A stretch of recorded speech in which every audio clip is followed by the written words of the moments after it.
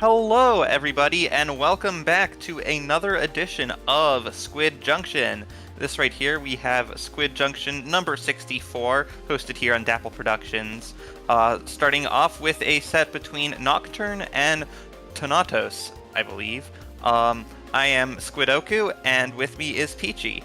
Hello. How are you feeling about this set? Because I've seen a couple of these teams around and some of these players, so I think it's an interesting match. But what are you thinking? I'm not sure. I'm focused here on the map modes here. I see Oh, we've got Rainmaker on Humpback, Clam Blitz on Crableg Capital, and if it goes to a Game 3, we will see Splat Zones on Mahi Mahi Resort. I kind of want to see this Blast Zones match. I'm not gonna lie. I'm a big fan of Mahi, especially since that rework a couple months ago. Mm-hmm. Yeah, I would like to see that too. But first off would be Humpback Pump Track Rainmaker, which is somewhat a staple of the competitive landscape these days. You've got the checkpoint that's not too difficult to get to, and it's really more a matter of how far past it can you get the Rainmaker once you have made it there. And it looks like we are going to be getting right into this set, as both teams have readied up and are spawning in. Yo, the vanilla H3 pick is wild. I respect that. Yeah, that's not something you see every day. That is a bit of an interesting tactical choice.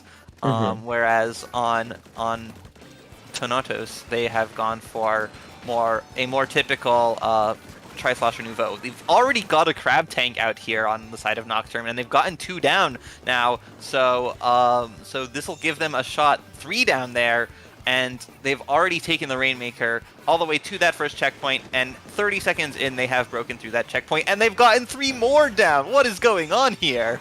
Nocturne just showing a dominant start here, pushing the Rainmaker almost to 30 at this point, just keeping aggression all the way down to 10 points in the first minute of the game. This is ridiculous. They scored an average of more than 2 points per second there, getting it to 90, getting 90 points with That was so cool. what? Okay. They got to 90 points in 45 seconds, and they almost knocked it out in less than a minute here. This almost looks like a Splatoon 2 Humpback Rainmaker game, but now it looks like we are seeing a bit more of a defense, as one player at least is going down on the side of Nocturne, that's Slosher, but they are coolered up, they are back with their special ready, and even though the Rainmaker is reset, it looks like Nocturne still has the advantage, and they're going to take it right back. Oh yeah, they're not letting up on Thanatos at all. They are just pushing and pushing and pushing. Strikes out, Rainmaker's coming in. One is down with that carbon, and they're just trying to find numbers here, but the Rainmaker gets sniped. Yeah. Oh, and now 3 go down on Nocturne, and it looks like after a bit of a shaky start here from Thanatos, they have gotten a bit more of their footing underneath him. They have finally picked up the Rainmaker themselves, and now they are going to try to make their own push. It's going to be a lot of work for them here. They'll have to knock out completely in order to win this game. Any less, and it's not enough. The tent here on the side of Nocturne, able to defend that choke point as their teammates take out the Rainmaker. Yeah, we see Thanatos finally getting some sort of points on the board, with the Zuka coming out, hoping to find a pick, but the Zuka battle just no picks at all, but the Carbon sneaking up and finding the pick. Yeah. The Carbon coming out with their own Trizuka as their teammate is moving over to take the Rainmaker towards that checkpoint. That is Blaze over there getting the dunk as the strikes come out, but not quite soon enough to stop them. Hey, we did see the checkpoint break, so Thanatos does still have some sort of leeway, I guess, to try to push it all the way to a knockout. Yeah, they don't have control of the area around it, though. All of Nocturne is up and popping that shield, getting the paint around it, though. We see at least one Trizuka coming out from the shot on the side of Thanatos, but it doesn't look like Thanatos are able to control the Rainmaker and pick it up before it resets back to mid. I mean, even though that Rainmaker is back in mid, that one broken checkpoint is all that stood between a 60 to knockout push. All they have to do is just try to find numbers on Nocturne. And we do see them trying to take this elbow here with paint and specials, but the defense from Nocturne is a little bit insane right now. Yeah, that defense, including those tri-strikes coming out, it's trying to stop them, trying to stall them out, but they are scoring more points now, down to 39 remaining. This is a bit more of a methodical push than Nocturne was able to put together there. But one goes down, two that tri-strike, two go down, and the Rainmaker gets taken out, and that looks like that push might be dead in its tracks. That tent is just so good at getting into Noto's face and telling them you're not pushing, and the rest of the team just really capitalizes off of that. And the strikes coming out as well, once again, holding them back, buying Nocturne more time to get themselves into position with the Rainmaker here, hiding behind that wall. And they are, even though one go down, the tent, two go down on the side of Tenotos, and the Inkjet is not going to get the shots on the Rainmaker. They are trying for a knockout, even though they already have only 1 point remaining here. And you gotta put yourselves into Noto's shoes. I mean, you're at about 40 seconds left in the game. You gotta knock it out, and the Rainmaker is chilling on your side with all of Nocturne still in your face. You have to play it careful if you want to win. Yeah, careful might not be enough, though, as the time ticks down. They got a few picks, though, and they have the Rainmaker. They're getting it back into a more favorable position, but Nocturne is going to be there to defend. Looks like Stomper here is trying to get those strikes. Those tri-strikes are almost online, and they are not quite coming out yet, as the rest of their team has specials. The Rainmaker does get taken out with only a few seconds left to go. Tenotos has to pick it up right now. They've gotten it. It's overtime. One going in, and they get the pick on the Rainmaker, ending this game in favor of Nocturne. The sheer presence, that Nocturne had on that entire game of just where they were at and when their specials were online was crazy. They were just able to watch and use everything so smart and keep Tenotos just at bay. And even when Tenotos forced in overtime, they didn't panic. They played it smart, hit them with specials, and just were able to clutch up the game. Yeah, like being able to get off to that incredibly large early lead, like almost as big as it can possibly get. In fact, as big as it can possibly get without knocking it out. They had that lead the whole time, and they were able to make the most of it. They didn't have to urgently stop them at a certain point. They just had to prevent the knockout, and they had to just decide where they wanted to stop Tenotos, and they decided where would be the best for them, and they were able to make the most of it that way. I know most low-level teams, like if you were to push that Rainmaker to about 1 point within the first couple minutes, will only play defense through this entire rest of the match. But Nocturne didn't exactly do that. They were still willing to push that Rainmaker and make risky plays to just try to guarantee the win. And that's what really sets apart teams, is like, are they scared, or are they just gonna like go for it, you know? Have that confidence. Yeah, absolutely. And so now Tenotos are going to have to come back here on Clan Blitz, on Crowdleg Capital, if they are going to have a chance of winning the set. But they are not going to want to let that early lead slip away from them again. They're going to want to come out swinging in the early game in order to prevent Nocturne from pulling off that early lead like they did in the first game. It can be really tough for a team having to play from behind the entire way through for one game, let alone for any more. I mean, personally, fortunately or unfortunately, whatever side you swing, I think this is in Nocturne's favor for this map. I think Tent is really, really good here, especially on Clan Blitz. And with how the Tent played last game, if they stick on it, Tenotos really has just a literal wall to overcome, because it covers your one path in. So I think Tenotos needs to play it really careful and smart here, and kind of, outplay that Tent Brella, exclusively the Tent. Yeah, I wonder if we're gonna see more of that H3 coming out. That would be pretty exciing. Oh, and it's sick, and too. there it is, the H3, as well as the custom E leader. So they are going with the Kraken on hand, whereas Tenotos are not going to have that Kraken available. They do have a Squeezer, though, coming out, double Zuka, a Crab, We'll see how that works for them. Both teams taking some space in mid. It looks like Nocturne has a little bit more paint here. The leader is a little bit on the, as interestingly, not up on the grades, just down in the mid area. But it looks like they have gotten up there now. But two go down on the side of Tenodos. Three go down, and Nocturne have once again taken an early strong position, and they are going to try to get some serious points off of that. Take a look at that tent in the top right, just taking a 3v1 essentially, and just kind of stalling them out, pulling aggression like an absolute boss as the rest of Nocturne farms clams. Yeah, that skirmishing, that tanking power of that tent is able to hold basically the entire rest of Tenodos back, while Nocturne's team is able to keep pushing in, get clams, and put together that first score that they have just gotten. And now they are just running wild in Tenodos' base. They are getting picks over and over. One going down there, the slosher, and the tent going down, so it looks like that push might be done. But no, a few more points going in before it's over, but now they have no clams left, no clams in position of the basket.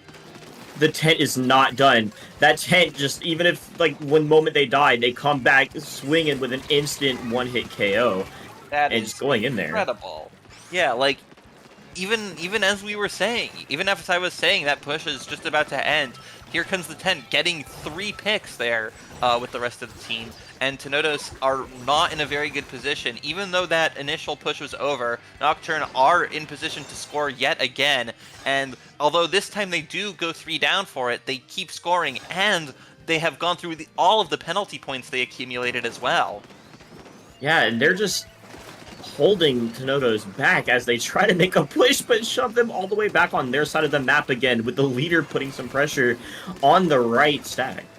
Oh, yep, there's 2 down on the side of Nocturne. This could be a chance for Tenodos to come back and make a push of their own. They have the numbers advantage, they have the special advantage, they have enough clams to score if they're able to get in position, but it looks like they can't find a good place to use that crab tank from their dualies. They are up on the top right there, but they aren't able to get any picks with it, and they aren't really able to get their teammates into a good position. The tent goes down though, probably it looks like to that Zuka from the squeezer, but it's not really doing much for them. Nocturne, their defense is so solid here, they are not letting any one player going down leave a big enough hole for anyone on the other team to get through. When that leader popped Kraken, if you saw, we're able just to completely stop the push single-handedly with, I think that was the dualies with the ball. Just able to stop him and just continue on there. Sold finding a beautiful up-close pick. Yeah, in a strong position there, hiding behind that block, letting the opponents try to rush them down, and as soon as it's a weak position, they're getting out of there. The tent goes down though, and Tenodos do have more paint in mid. They have numbers, they have more paint, and Nocturne don't have any specials online right now, so it looks like this might be a chance for Tenodos to put together a good push. They have a few power clams, but it doesn't look like they are going to get them to the enemy basket, as here comes that Kraken yet again, just diving in, trying to cause chaos and prevent Tenodos from putting together anything coordinated. Yeah, I mean, this is their opportunity. They kind of have Nocturne on the back foot, kind of struggling to win fights, struggling with paint right now. But as I say that, the Zuka comes out and just picks that squeezer right on off, finding another pick. That's 2 down on the side of Tenodos, as Nocturne's just sitting comfy. Yeah, Nocturne, they don't have a whole lot left to do here. They just have about another minute if Tenodos can put together a pity clam, or if they can keep the one that they have. But Nocturne, they don't have to score anymore here. They just have to hold on to that lead. But even so, they are still pushing hard here. They are taking every inch of space that Tenodos is giving them. And even though they're going a few down right now, and they're giving Tenodos a bit of a chance here, they are not giving them a free shot at the basket. That E-leader is already back up in position, getting pushed away a little bit, and now with only a few seconds to go, Tenodos are getting close. They don't quite get into the right spot, but now they are finally scoring for the first time. It is now overtime, and Tenodos have points on the board. They go 3 down though, and their only one left with the power clam is back at their own basket with no one to jump to, and that barrier goes back up, and that is the game and set for Nocturne. Nocturne was playing with fire there in the last like 15 seconds, just pushing up all over Tenodo's base, telling them this is our game. I mean, they went like 3 down, and Tenodos was able to put in points, but like they just didn't care. They were able to stop them. And just like, yeah, we're just this is our set. We want to win this. Oh yeah, yeah, for sure. And that was Nocturne set indeed, as the early lead that they were able to pull out, just like in the first game, even though it wasn't as much of a lead, it was still such a significant early lead that they were able to just relatively comfortably hang on to it for the rest of the game, even taking a few scores at the end there. Yeah, they just they had such a beautiful lead that those 2 power clams didn't even phase them whatsoever. Not at all.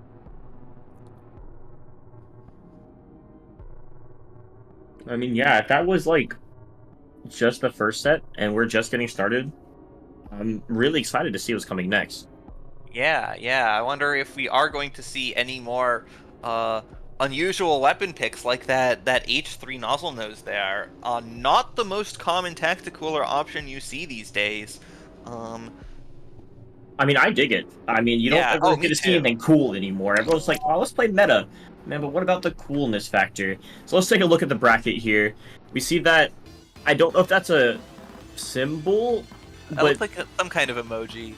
looks like the woman emoji. So I Sure. guess woman versus Nocturne. Captain Happy Crew beat Thunderbolt of Zeus. I thought Baja Blast is fighting Eggshells. We see that Nightshade and Free Flow are 1-1 right now. Never Back Down, Never What will be fighting Heaven's Reflection, and Parallel Cannon versus Blank Z. X to the power of 2 is fighting Perception Check, and Mickey's Squid Smash is fighting 40 Chara dollars. Interesting team names here tonight. Yeah, I think 40 Chara dollars sounds like a reference to tomorrow's uh, two-course meal. Tomorrow's part of the two-course meal for Palestine that Chara is running with the 30 coin budget for weapon compositions. So 40 Chara dollars would be a little bit over budget for that, but we don't have similar restrictions here at Squid Junction tonight, so they are free. They are free to spend as much as they want. It's going to be an interesting event, but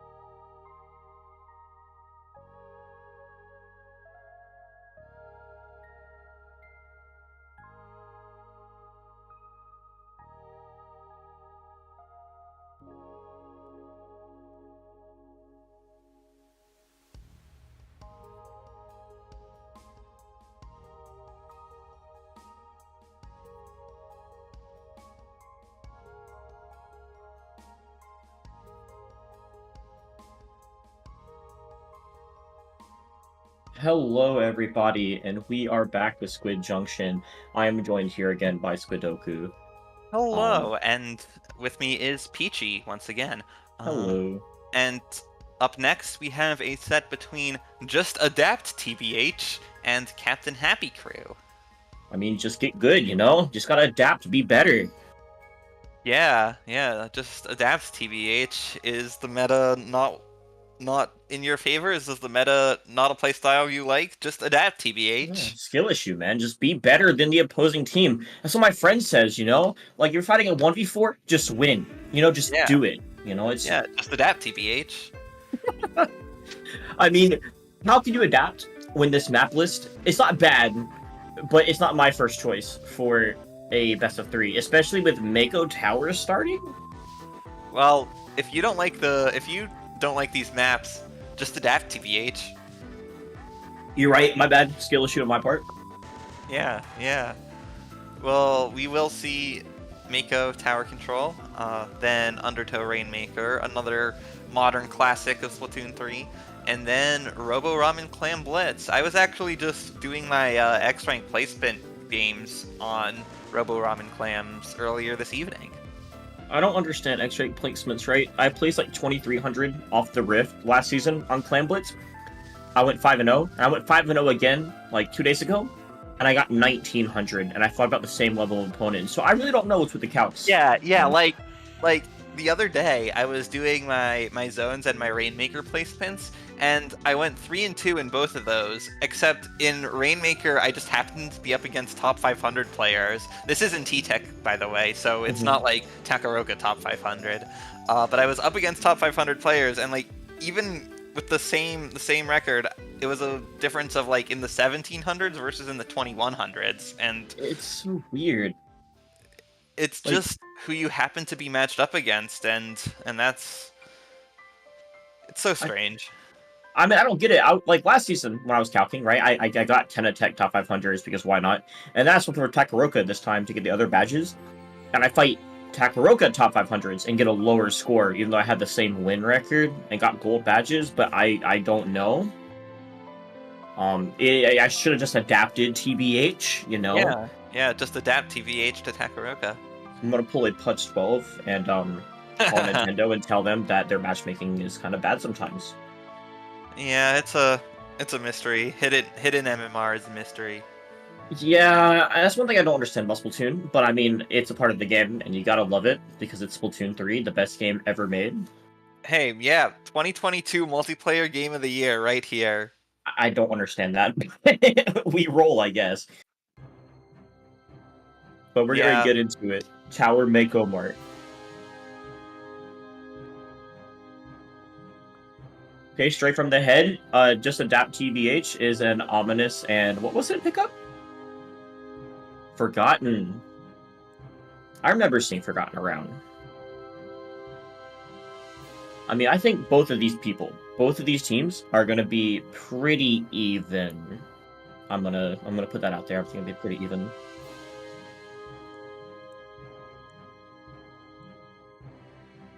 Yeah, then we'll see. We'll see. I'm excited. How are you feeling, Squidoku? yeah. I don't know. It's hard to tell always, especially just with a best of three set again with these two teams. Like they teams that are pickups or mixed and matched between other more stable rosters. You never really know how a team is going to mesh with each other on a given day and how they're going to match up against the opponent of the moment. And so this could be a pretty close set. It could be that one team has found something that the other team just isn't really able to just adapt TBH to.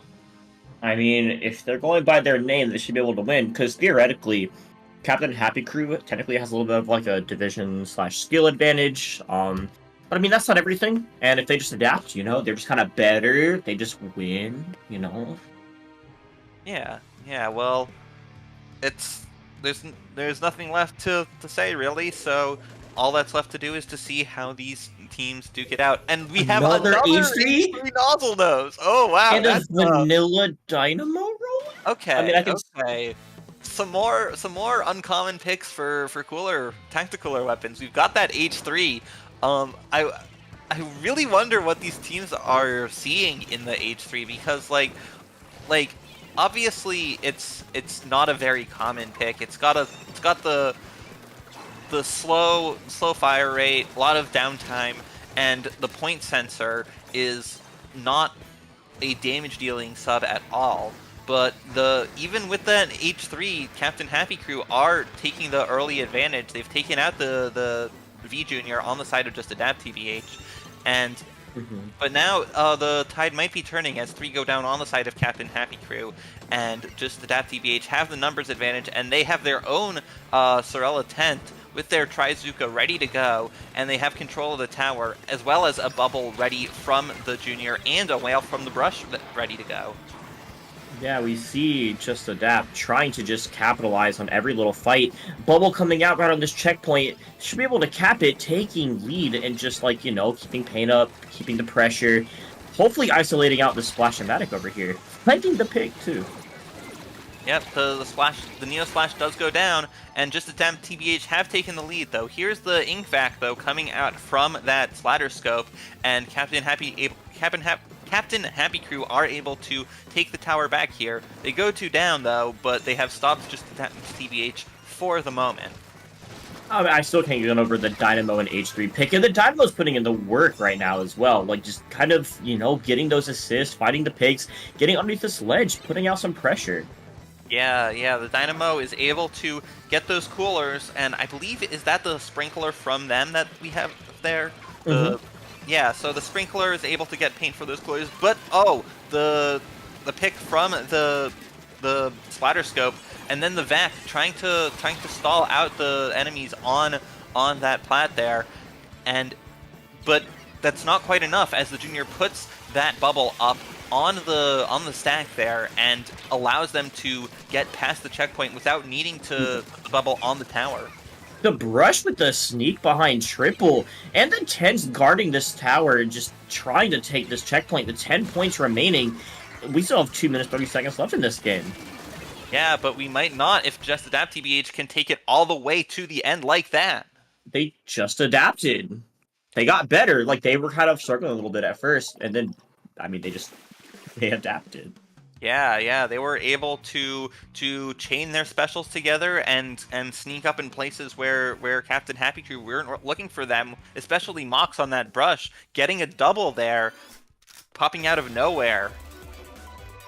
I mean, like, look at this replay, just the constant, just the specials, the team play, able to just kind of, like, multi-manage the tower while fighting at the exact same time while still ticking down is so impressive.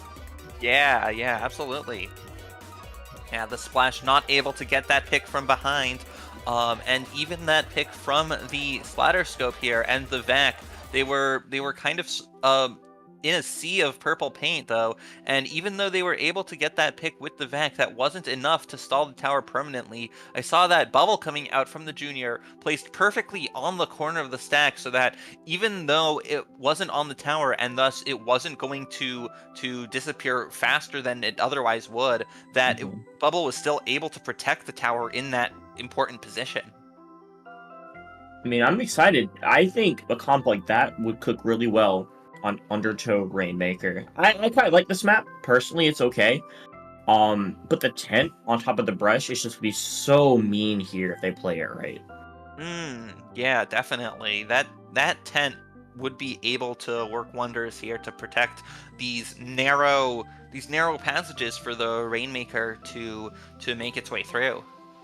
Not to mention, like, a little bit off topic, right?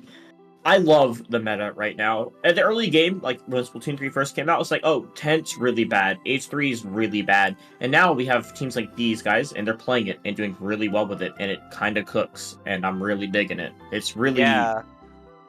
It's diverse. It's quite nice. Yeah. Long gone are the days of 2 Splash-O-Matics and a sloshing machine, and maybe a second sloshing machine or a stamper or something.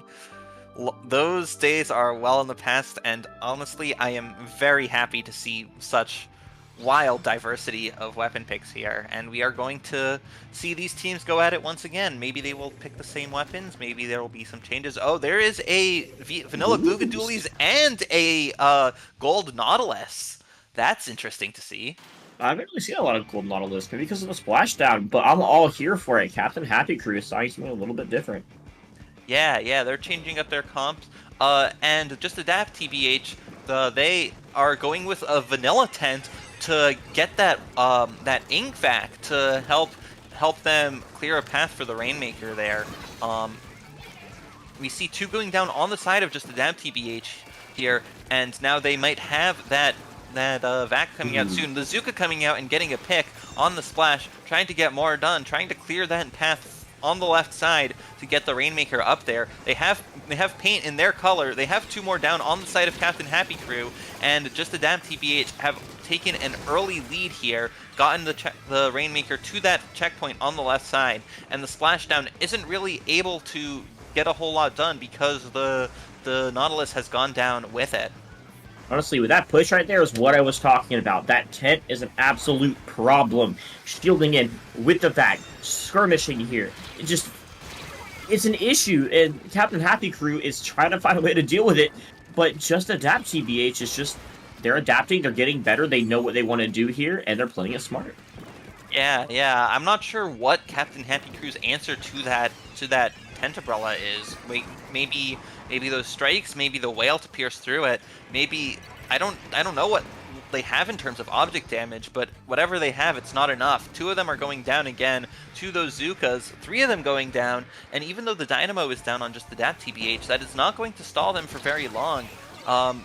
However, this might, as the gal on Captain Happy Crew does take 1 or more down here, and that's an ink bath on both sides, with 3 going down on each side. The Rainmaker getting stalled out there, but it is not in a great spot for Captain Happy Crew. They are going to need to get a lot of work done to clear just an TBH out of the way in order to get that Rainmaker moving.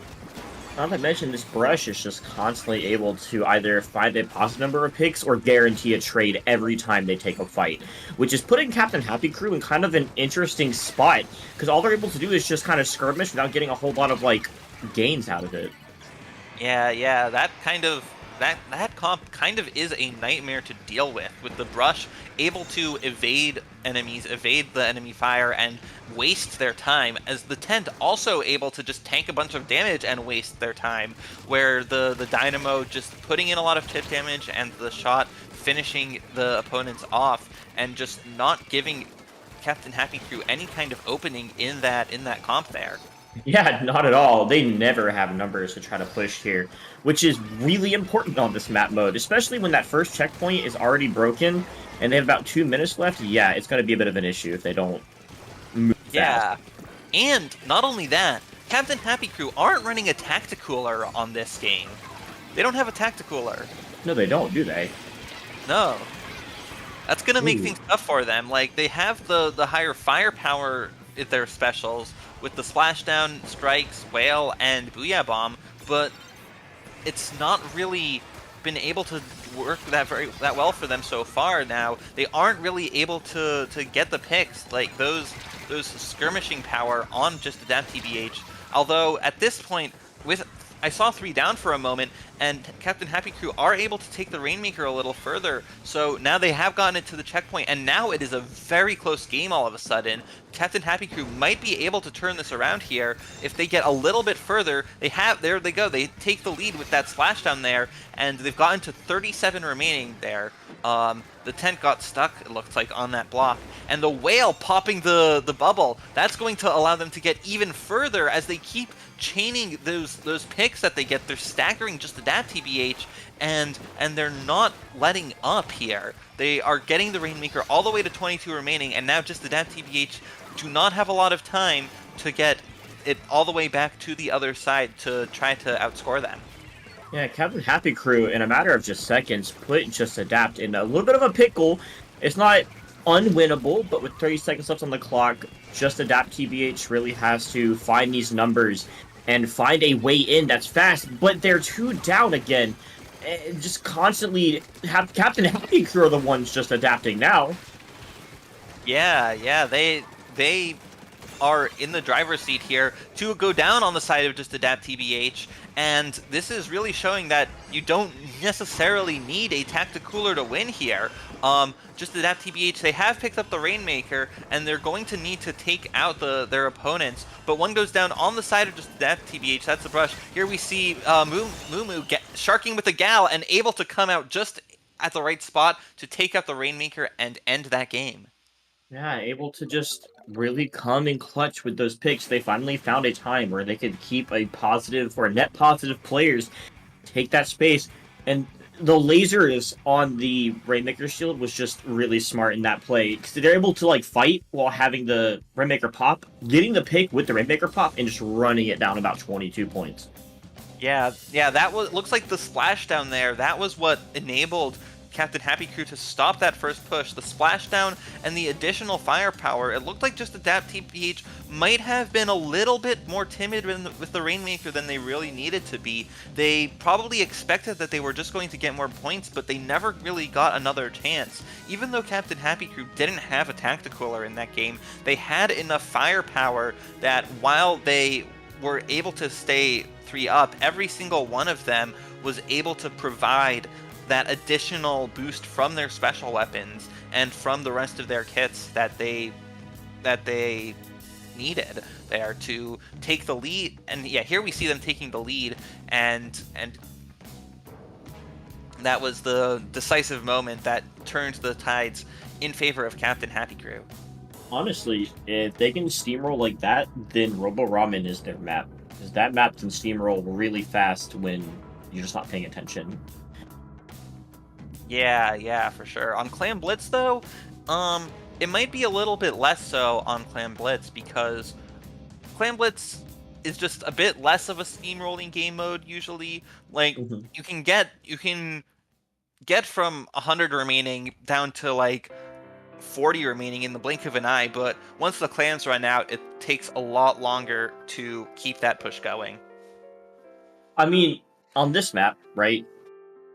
You're right, it's not as steamrolly as other ramen maps, but like if you keep those numbers up and you're able to kind of like stall at the basket with like one clan here and one clan there, there's not really a way out of your base on this map that's like not covered by like a 10 umbrella or whatever. Like you really need some sort of cover to get out. Yeah, for sure. And being able to get targeted by those Trizukas or by Sloshes or by a Nautilus. It's the tiebreaker here, and we will see which of these two teams is going to just adapt TBH better. Oh, there we see the 96 Deco coming out for the Kraken strategies. Kraken with Squeezer is going to be really interesting, but we see that Just Adapts going back to their tried and true comp with that Ink Brush and the Sorella 10 Umbrella. So I'm excited. This one's going to be really good. As we're starting the game off, they're just trying to skirmish in mid, trying to find some point strikes, going out really early. And Captain Happy Crew's already down with their Nautilus. Yeah, that's not going to be good for them. They're not going to have that splashdown ready to stop a push from just Adapt TBH. But here's Ice coming out. It looks like the Neo Splash able to get a pick on just Adapt TBH. But one of them, the Junior, going around underneath, trying to make something happen there, trying to help pinch, and there goes the 96 gal, and that's 3 down on the side of Captain Happy Crew, but also no one else really in mid from just Adapt TBH to pick up on it and to take advantage of that space that they had gained. Yeah, Brush is only able to do so much when just chilling in mid. You really want to try to get some flanks off with it, be a little bit sneaky, but when your team's dead, you're just kind of stuck. Yeah, and the Nautilus has gone down again. This is not looking really good for that particular player. They have snuck in the score there. Interesting. Wasn't expecting to see that come out of nowhere. Even as just Adapt TBH are putting together their own push, they have a bubble set up in that choke point, but one going down, that 10, that's not going to be great for them. Another going down, the Brush, and that's not really going to allow just Adapt TBH to come back. Captain Happy Crew will have the initiative again. The loss of the tent on that push just completely killed it. But in finding a pick, Strikes coming out, picking off the tent again. The Dynamo able just to hold them off and just try to hold some space as Captain Happy Crew is just not relenting at all. Yeah, with the major playmakers on both teams who keep going down, but the Kraken is out, getting the jump to that power clam, and they weren't defending it. Just Adapt TBH were not adapting to the Kraken strategy, and Captain Happy Crew were able to score. They go 3 down for it, but they are still the only team with points on the board. I see that Nautilus on the left getting into that fight. They get the pick. They get 2 picks there on both the Dynamo and the Brush, and now Captain Happy Crew, they might be able to keep scoring here with Kwanyo on the Nautilus, really starting to show what they really can do here. Instead of just getting picked off again and again, they are able to make something happen. Man, they're not playing around anymore. This is their time to shine, and they're proving it. I mean, you see the Nautilus and the Squeezer playing off of each other just really, really well. Kraken coming out, potentially another just jump again. 2 people. Oh, yeah, another power clam jump. And just splash down. Wow, they are going all in on that, and it is working. They have scored. What, 4 times now? 3 times now? Yeah. All of which are... Yeah, I think that's 3 scores now, all of which have been with a Kraken jump. But at this point, just Adapt TBH, they are in a fairly intimidating position here with 2 full power clams ready to score and ready to tie the game up if they can get both of those in. If they can get some picks here, there's the tent. There's Kwanyo on the Nautilus coming down behind them, trying to make something happen there, but they're out of position, and now just Adapt TBH are able to score both of those power claims, and they are taking the lead. They've gotten a wipeout on Captain Happy Crew, and the tide of this battle is turning. They can keep scoring here. They have jumps to that bubble, and they have another power claim coming in. They are going to try to get down to 22 remaining. They are down to 19 remaining, and even though they get wiped out, there is less than a minute left here for Captain Happy Crew to try to make something happen. I don't think those occasional Kraken barrages, just 1 power clam at a time, those are not going to be enough anymore. Captain Happy Crew is going to make something, they're going to need to make something more happen, and fast. Yeah, that's the only thing wrong with Captain Happy Crew's strategy, is they were just going for, like, push after push after push with winnable clams, but just Adapt goes, hey, guess what? We're putting in all the clams, but we see another clam being jumped in, possibly a barrier break, splashdown coming in, finding down to 50, but just Adapt isn't going to let him score anymore. Down to 30, so it's a little closer than I'm sure just Adapt would like. They are still scoring, though. The Gal goes down. They have made it down to 27 points remaining, but no one else is left there. They have a power clam, but no one to jump it to, and they are able to trigger overtime, but they're going to need a lot more than just a power clam if they want to take this game. Just Adapt TBH have put up a pretty significant barrier here in terms of score. And there's the Kraken. There is one more Kraken. There come the strikes. They are going all in on this strategy. They are scoring with just barely any time left in overtime. They have more clams though. They have more clams. They have the tie score. They need 1 more, and they actually took the lead there. What a score. What a way to end that game. The Kraken just able to kind of go in there and be like, oh, let's go, go, go, go, go. And the bubble comes up and just everything, just hell literally breaks loose down there. It was so back and forth, but they were able to clutch out a win over just Adapt. Wow. Yeah, after that huge score from just Adapt TBH, I was not expecting Captain Happy Crew to actually get those fights to win, and I don't think it was just the Kraken. I think it was the Kraken and the splashdowns from that Gold Nautilus that were able to working together to get those pushes to go in, and Captain Happy Crew, they pulled victory from the jaws of defeat there.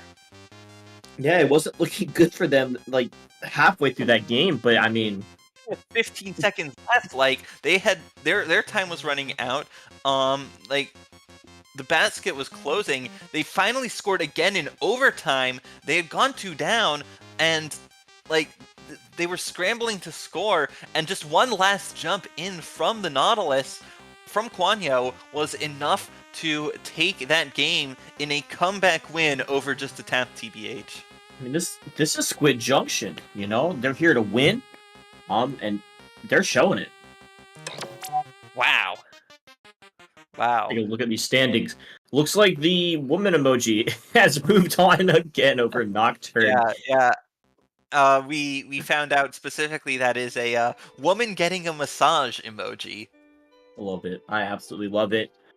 Squid Squad versus Nightshade is going on, and Baja Blast versus Eggshell, where Baja Blast came out on top. Never Back Down, Never What has beaten Heaven's Reflection 2-0, with Parallel, Cannon, and Blank Sea going 1-1 right now. Perception Check 2-0. Actually, not even just that. Mickey Squid Smack has beaten Perception Check. So, but sucks to see 40 Chara dollars knocked out. Yeah, 40 Chara dollars. They did get knocked down to the losers bracket. They are still in the losers bracket. They are 1-1 against Tenotos, who we did see in the first set that was broadcast on here tonight. So they still are fighting for a chance to continue in the tournament. But some of the other teams in the losers bracket here, we have X Squared, who will be fighting against the winner of Thunderbolt of Zeus and Atlas. We have Reese's Puffs. We have Honorbound playing the loser of match C20, which is yet to be determined. And Nocturne, is that the same Nocturne that we saw before? They are in the losers bracket. Yes, it is. Yeah, it is. Yes. Nocturne, they are in the losers bracket against Let Bodacious Rain.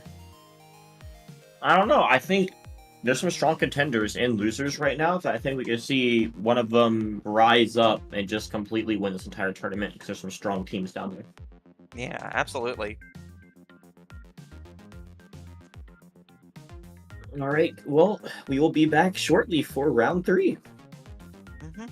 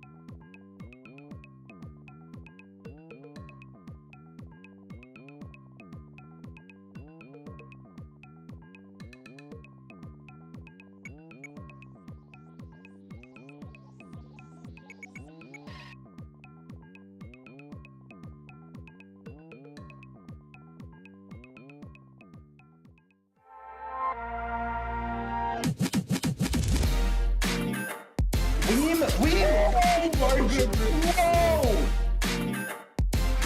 Oh, that must hurt!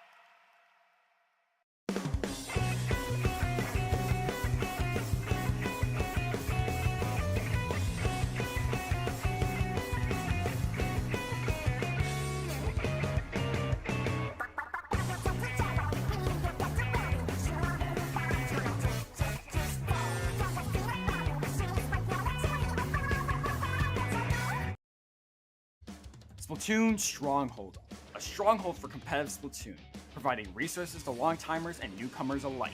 If you're new to the competitive scene or still figuring out how to join, we have a getting started guide and plenty of other resources to help you in your journey. If you are a seasoned veteran, we still have plenty to offer. You can find and join tournaments as well as participate in our Captain Forum and find free agents and teams. Our mission is to make competitive Splatoon easily accessible to everyone. So what are you waiting for? Join the Splatoon Stronghold today!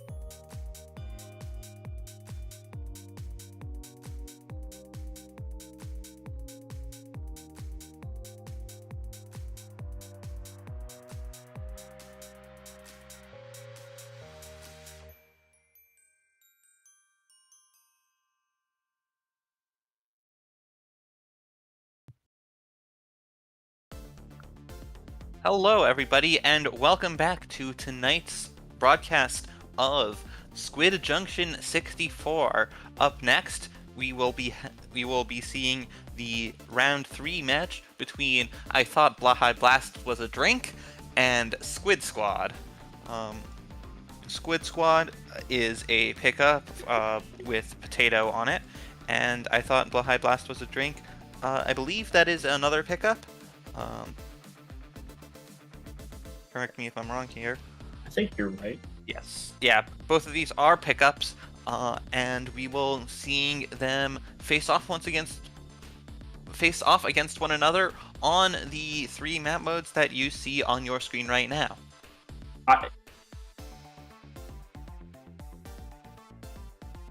Is Baja Blast a drink? I don't know. Well, I'm holding a can of it in my hand, but I don't know I if think it's real. that's Baja Blast. I don't even know. My entire perception of Not reality the is gone. IKEA shark. I don't know. As a shark myself, I'm a fan of the IKEA shark and all of the many memes that have sprung out from it over the years. There's a meme? What? That's a meme? Maybe I'm not well versed in meme culture, but I didn't realize that. Oh yeah, I mean it is a staple of 2020's meme culture, I guess. That being said, we are going to see these 2 teams face off against one another on Splat Zones on Mako Mart, on Tower Control on Shipshape Cargo Company, and if it goes to a 3rd game, we will see Rainmaker on Museum de Alfonsina.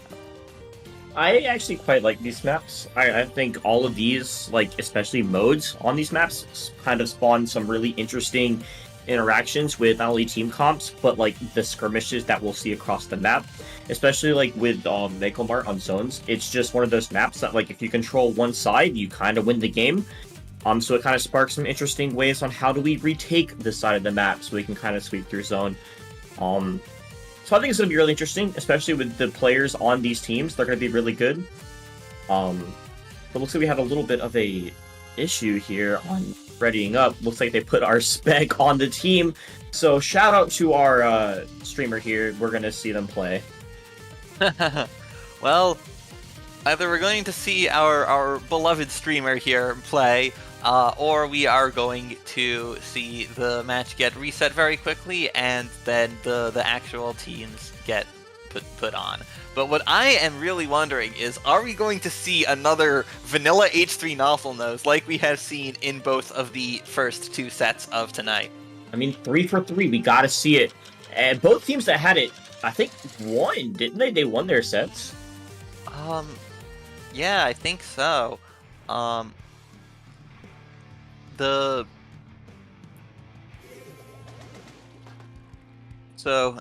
a GooTuber. A GooTuber and an Undercover Umbrella. I'm not sure those are serious picks here.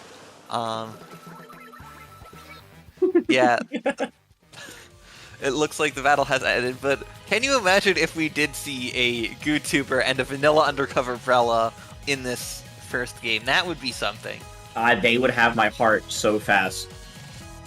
Like, if you want to wait on my heart, you play wacky weapons, and no one plays GooTuber. No, I've never seen any GooTubers ever in any tournament, and I'm kind of saddened by that. We need a one-trick GooTuber. Like, you have Gabe for the Reflux. I mean, Len is like the premier blaster right now, but where's the premier GooTuber? It's a spot that is begging to be filled that by some enterprising young YouTuber enthusiast ready to make a name for the weapon and ready to show the world how it can be done. One day, a man can only dream. Yeah, maybe not the custom YouTuber though. Not so sure. No, about that much. You leave Cooper alone. It's such a goated weapon. What is it? Fizzies? Yeah, Fizzies and Hammer. Fizzy Hammer. That's a goated kit. That's a goated. Yeah, kit. That's like see, top 10 kits in the game. Yeah, I have tried to play that a little bit, and whenever I have tried, mostly in casual friendly PBs, I have not landed a single shot with the main weapon. All of the work I have done has come from these subs and specials when I have played the custom YouTuber, but I will admit that chargers are not my forte personally, so you probably can't really expect me to make much work with a YouTuber in the first me out. place.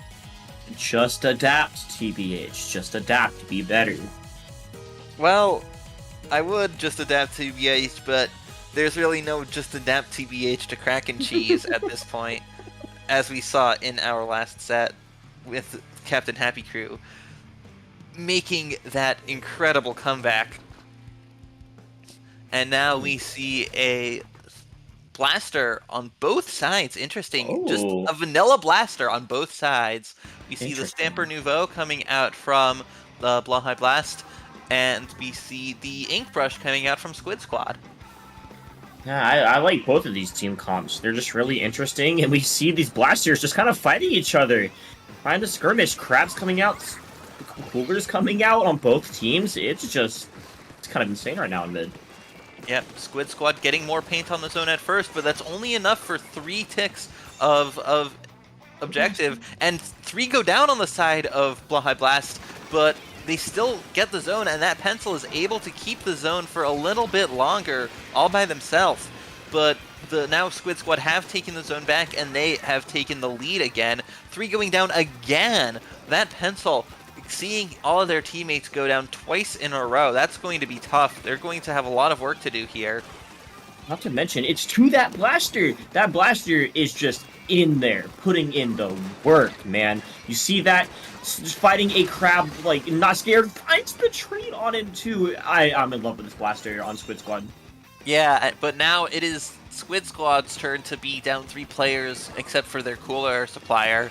And now the zap goes down as well, so they don't appear to be juiced up themselves. It's going to take them a moment to spawn back in, and now they have this crab here coming out from the Splash-O-Matic, getting a pick on the pencil. That's going to be good for Squid Squad as they are able to take the zone back here, pushing that one player, the shot from Blahai Blast, into a corner, making them jump out, and now Squid Squad have control of the zone again. They are running through that penalty timer, and it's going to be tough for Blahai Blast to make something happen here. They're going to need these specials. They have the bubble, but they'll need more than that to get the zone.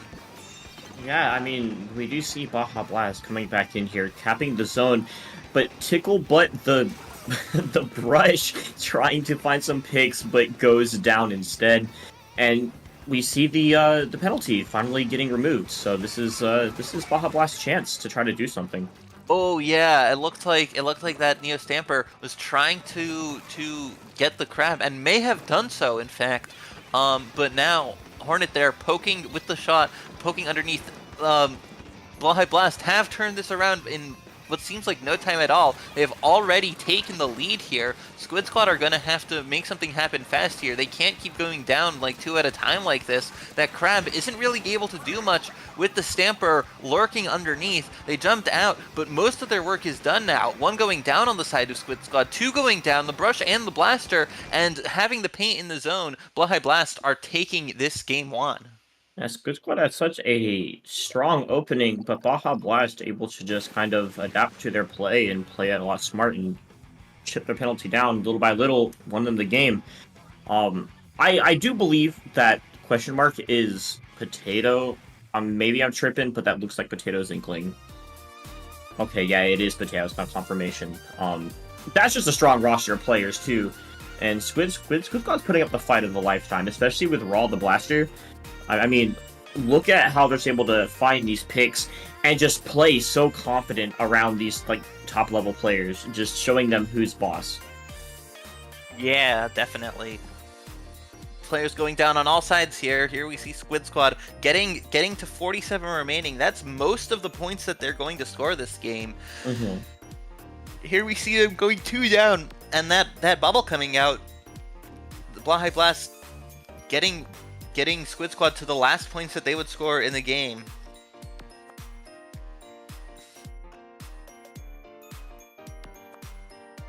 Yeah. And there's there's the last moment of that game as Squid Squad I mean, game 2. Yeah. I mean, we are like that game. I would say it's pretty back and forth, right? Yeah. But I don't know if we'll exactly see similar comps here, just because of how different these two modes are compared to each other. Plus, the maps are just favor wildly different weapons. But I think that the blaster, we can see that again. I think the blaster matchups are just really funny. Just seeing two vanilla blasters just going at it. Yeah, yeah, definitely. The Vanilla Blaster has that the big bubbler, right? Yeah, it does. It has big bubble Yeah, and bottle yeah, bomb. Yeah. we saw that coming out from Squid Squad, as they were able to rush the zone at the last time that they were able to take the lead of the game. I think if they could pull off the same level of just like a couple games ago with the junior on Mako Tower, if they can pull off some bubbles like that, this game will be really, really interesting. Mm-hmm. Yeah. Now we see a blaster coming out again from. Oh, let's go. Yep, blasters coming out again on both sides, um, and so. Actually, these are very similar comps. I think the exact same comps, so maybe I was just completely wrong. They're just going to go in, but Lin on the blaster, getting two down so early, forcing a jump, but the Zuka's coming out, trying to solve the tower, but, I mean, they were able to find one pig, but the tower's still going. Yeah, no brush, though. No brush from the side of Squid Squad. Right, no brush. Yeah, it's just Tickle Butt on the V-Shot. The V-Shot not going with the Clash Blaster, as unfortunately some of our viewers are hoping for. But now here we see Raw getting taken down. It looks like the Blahai Blast are taking the tower. They have the bubble up in front, but they don't have anyone on the tower right now. They have the Crab to defend it, but it takes a moment for them to get back, for Blahai Blast to get the tower back. Lexi trying to support from the back with that stamper, and 3 going down on the side of Squid Squad as the momentum is continuing to go. Yeah, they're just able to keep up the paint. We're then like just about over the first minute, and they're already down to 26 points, and they still mostly have mid and Baja Blast control. It's looking really good. But as I say that, Squid Squad comes back, pops the bubble, and finds some pigs. Yeah, 2 going down on the side of Blahai Blast, a 3rd going down, that Neo Stamper there, and Squid Squad have the specials ready. They have a Zuka coming out, they have a Crab ready to go. Unfortunately, Raw on their blaster went down pretty early on, out in front there. Ticklebutt dropping here, and now their teammates, Squid Squad, have made it to the first checkpoint, and if they can get past this one, there is nothing in the way of them getting all the way to the second checkpoint. It's a very quick shot, quicker than it seems if you can make it past the first checkpoint. There it goes. 61 points remaining here, and if they can get all the way to the next checkpoint, it's down to basically 26 remaining and almost a tied game here. But Blahai Blast are able to stop the tower basically the moment it gets past that first checkpoint, and so Squid Squad are going to have to try to put together another push if they are going to want to take back the lead. While that push was stopped by Baja Blast, all the hard work is done. That checkpoint's easily like the hardest one to just get past and be smooth with. So I would say it's still fairly even. It's anyone's game still. I mean, even though 2 are down on Squid Squad and Baja Blast are trying to, keep pushing in, Squid Squad's not letting up either. Oh, for sure. But now Baja Blast are taking the tower yet again. They have it almost all the way to that second checkpoint once again. They have the Crab coming out, taking out the Splash-O-Matic, and the Trizuka coming out. Multiple specials here. The shot goes down, and the Stamper goes down, though. So it looks like this push might once again be dead. The Len having to jump out, and even as Hornet jumps in, gets that Zuka, but isn't really able to get any picks with it. 3 shots, nothing happens, and Hornet goes down themselves, and unable to hold the tower there, as Squid Squad are getting into a better position here. They are going to want to try to get the tower even further on their next push, as 1 goes down on each side. Yeah, about a minute 30 left on the clock. Squid Squad's trying to get something going, popping this Crab, hoping to find a pick or 2, or just shove them back enough so it's nice and smooth going to checkpoint 2. And it's it's actually kind of working. Baja Blast is being shoved back into their base, but they're also not going to be the ones to let up. Bubble coming out, finding a pick, and now it's Duel the Blasters right now. Yeah, Raw getting a pick there, and Len fighting. Len goes down. Len loses that blaster fight. Raw trying to get some picks here, trying to take out Lexi, who is lurking up there.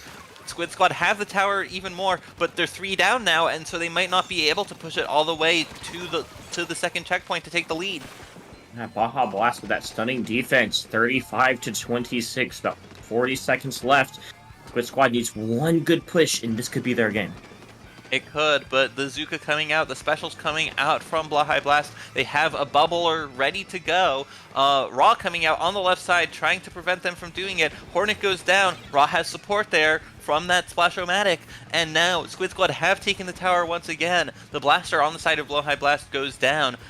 Both teams have specials ready to go. Both teams have a crab ready to go. There's the crabs coming out. It doesn't appear to be doing much, but 2 go down on the side of Blowhigh Blast, and now Squid Squad might be able to take the lead here. There is not far for them to go, really, but there is a very, very big spot to defend from. 2 going down on each side. They need to take the tower and hold the tower, but that is a wipeout, and it looks like Blowhigh Blast have tied this set up. Yeah, Baja Blast is able to kind of... Actually, did they not win game 1? No, they didn't. My bad. I am misremembering things. Yeah, I was confused too. I was, for like at first I thought they had also won game 1, but if No, yeah, they did because Potato Atlanta won game 1. It goes to show my lack of sleep today and the time of day. Ooh, but seriously though, that was a good set. Okay, yeah. I don't know. You just like you just see the most interesting things tonight. The double blaster, H3s, Tenebrellas going crazy. The Nautilus splashdown with Kraken just... And then you like this match where it's just constantly back and forth with some pretty solid team comps and just so many good pushes from both teams. Like, I couldn't ask for a better set to watch. Yeah, absolutely. That was a valiant push there at the end from Squid Squad. But yeah, okay. I was confused. I was pretty sure that High Blast did win the first game. I was doubting myself and just following along with what we saw on the screen, but High Blast indeed did win that first game, and Squid Squad fighting to keep their set alive. They went down in a total wipeout at the end of the second game there, and High Blast did take both of those games. Yeah, pretty dominant set coming from Baja Blast, just able to clutch up and move on to winners round 4, which is actually what's coming up next. I'm excited. How about you? Yeah, I'm excited too. The teams that we see here are teams that will have won every one of their sets so far, and they will be up against some pretty strong teams. We'll have a look at the bracket right now. Here we see Never Back Down, Never What facing off against Mickey Squid Smasher. Never Back Down, Never What is a perennial contender in weekly and bi-weekly events like this.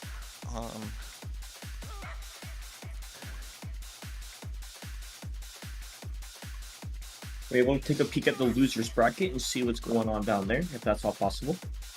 All right.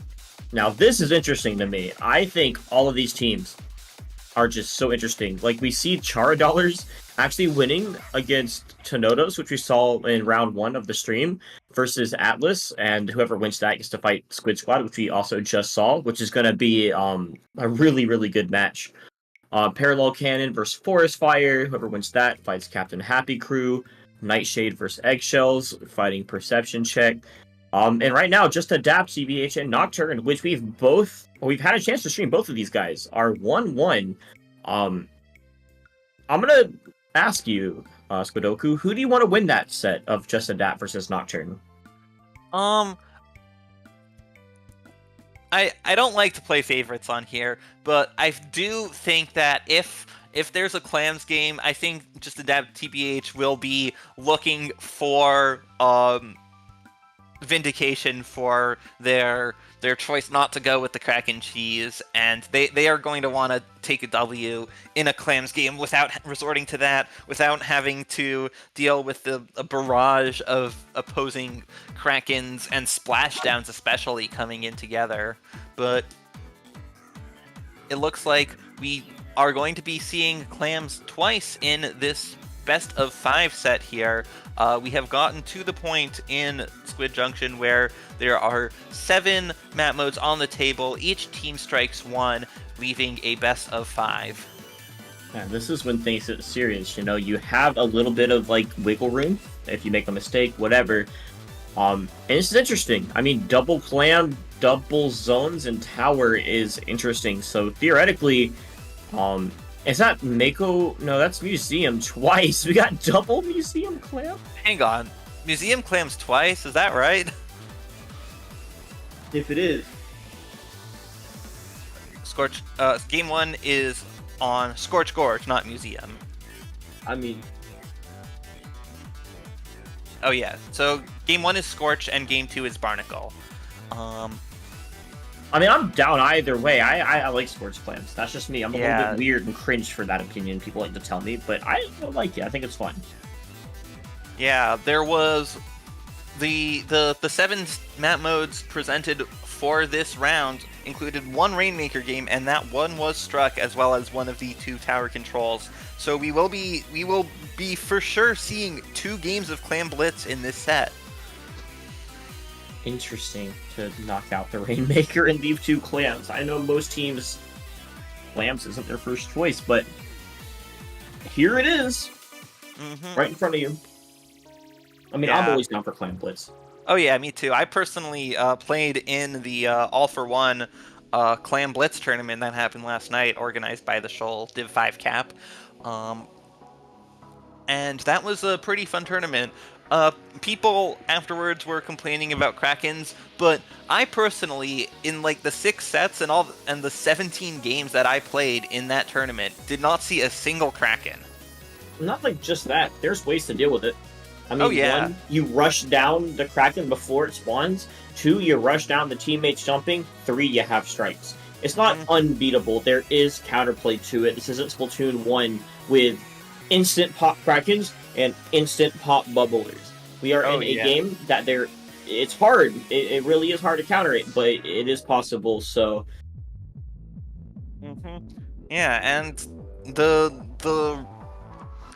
real ultimate counter to anything, just be better.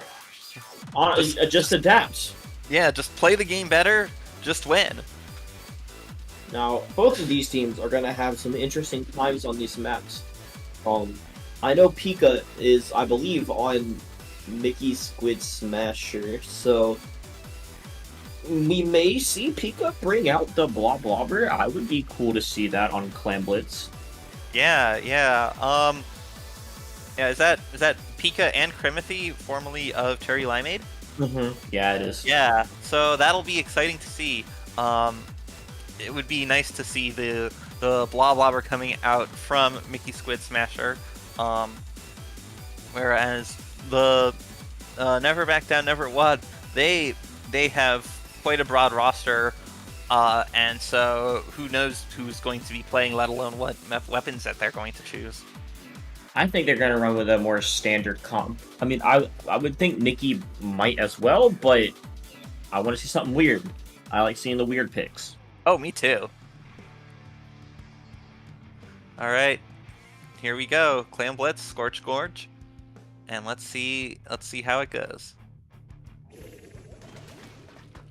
Okay, standard. Okay. Standard comp. 96 deco there, and I mean, we see a bucket from Pika. It's not the one we wanted to see, but it is a bucket. Both these comps are fairly standard, especially for Clam Blitz on Scorch Gorge. So I'm excited to see how these teams approach each other. Yep, the Tri Nouveau for one team's cooler, and the Pencil for the other. splatter shot coming out from both sides. Early Zuka there from Shake It on the side of Never Back Down, Never What. But 2 going down on Never Back Down, Never What, as well as the Stamper on Mickey Squid Smasher. And Mickey Squid Smasher have significant control of mid here with Bab on the pencil, taking top mid and able to exert influence all over that area. Krem here taking out 2 with that shot and clearing a path for their teammates to score clams here as Mickey Squid Smasher makes the first power clam score of this game. Yeah, nice push going in, but Never Back Down, Never What is just preventing Mickey Squid Smasher from scoring any more points. But 65, Pika sneaking in a couple points, but getting shut down by the Tri-Slosher and Stamper just teaming up on him. Yeah, they have gotten down to 62 remaining, and they've taken out a couple players on their way back, so that is good for Mickey Squid Smasher. They are not letting Never Back Down, Never What make a strong counter push here. They have still a fair amount of control in mid, even though the Slosher up, is that a Slosher? No, yes, the Slosher gets taken out, but, was able to prevent Mickey Squid Smasher from taking another step forward. There's the Kraken. Is the Kraken going to go all the way to try to get a score in? It looks like it. They're trying to get a jump, perhaps, but there's no jump coming. There's no power claim coming in. The Pika, they're able to save the claim of Mickey Squid Smasher, bringing out those strikes, trying to stall Never Back Down, Never What, but this is not a great position for Never Back Down, Never What, as they don't have a power clam. They only have a crab tank in terms of specials, but now 2 go down on the side of Mickey Squid Smasher, and this might be the opportunity that they need.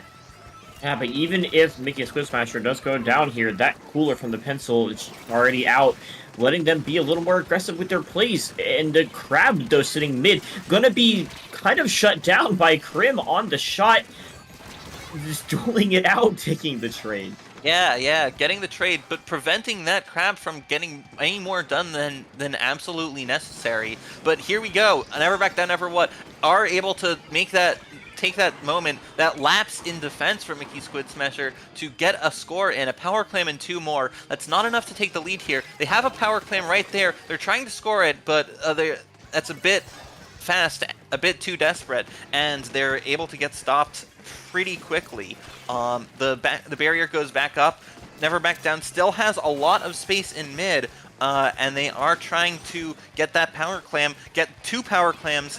They're all the way backed up on their own side, but no, they have jumps. They're jumping both of them in, and that is already down to 27 remaining. That was a very sudden score.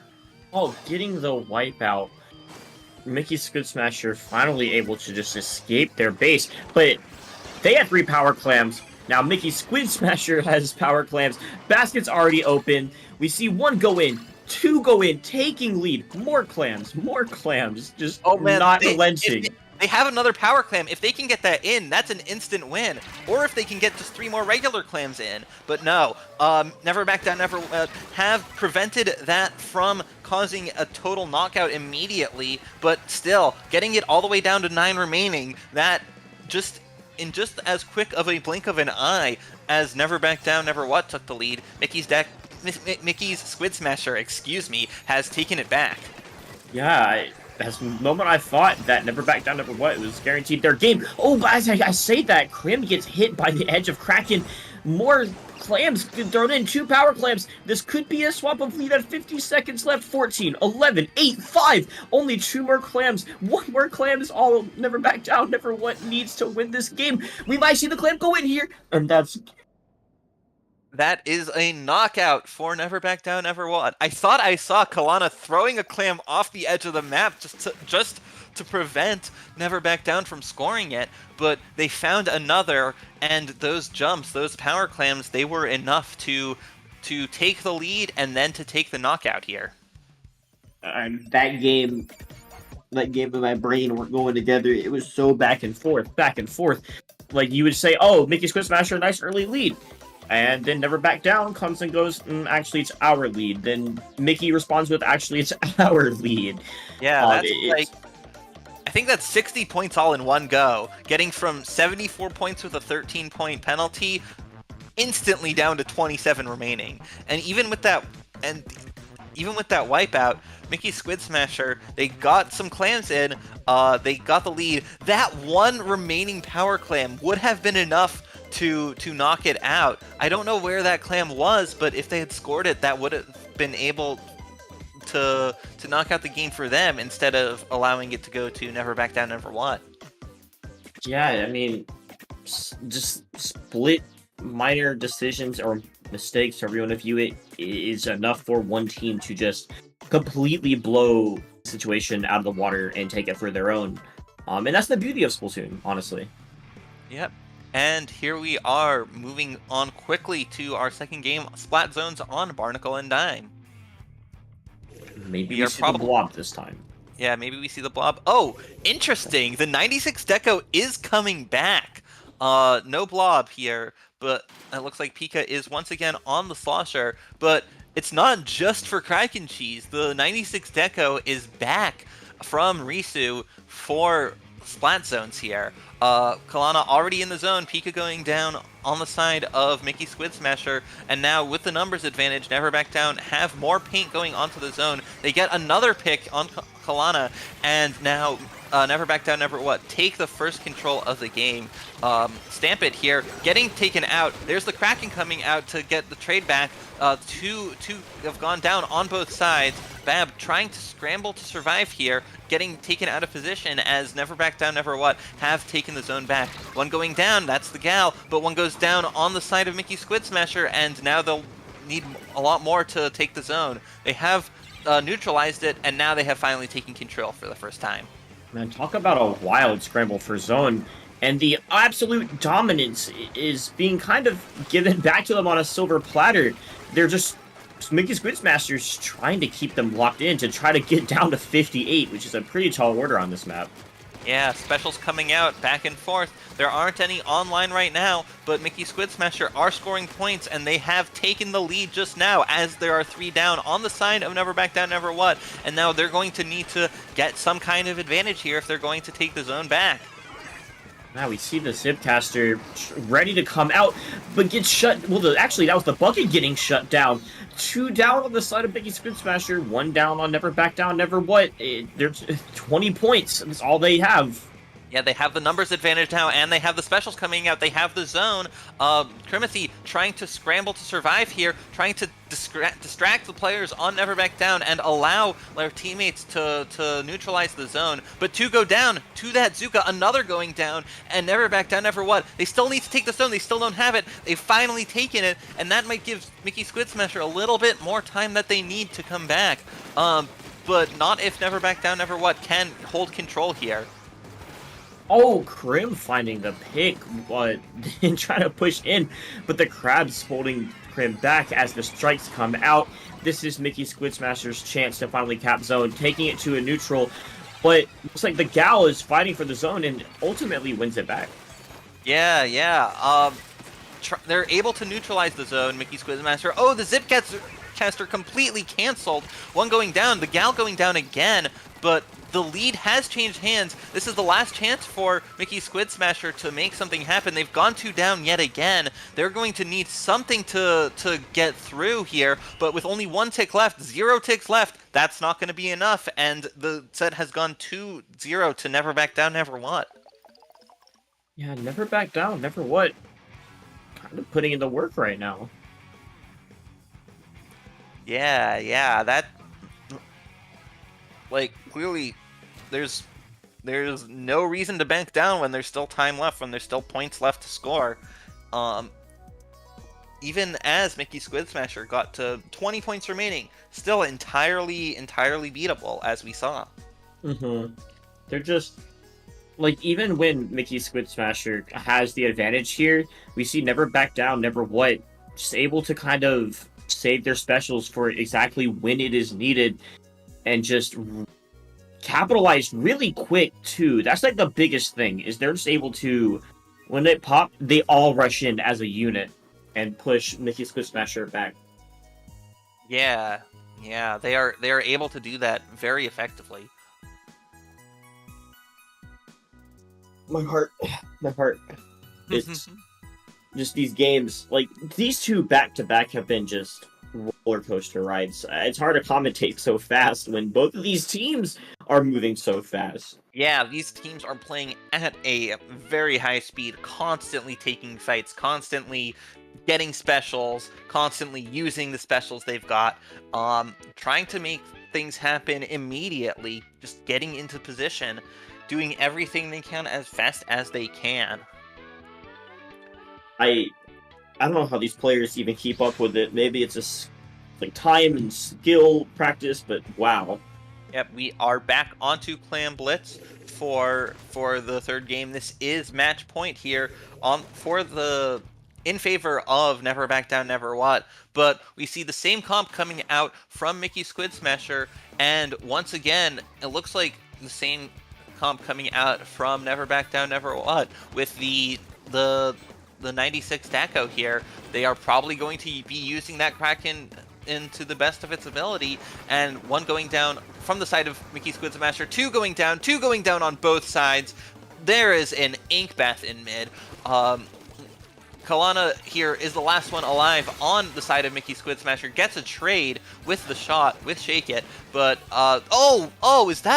is that a flank from Pika coming out to take two down on the side of Never Back Down, Never What? They don't have a power clam ready. One jumping out of mid, and now Pika with the strikes.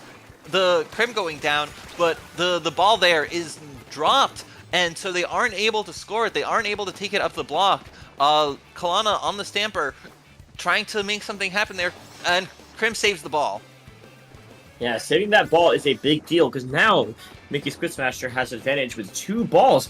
But as I say that, Crim goes down, but in return, they take 2 picks off of Never Back Down, Never What. It's just so back and forth.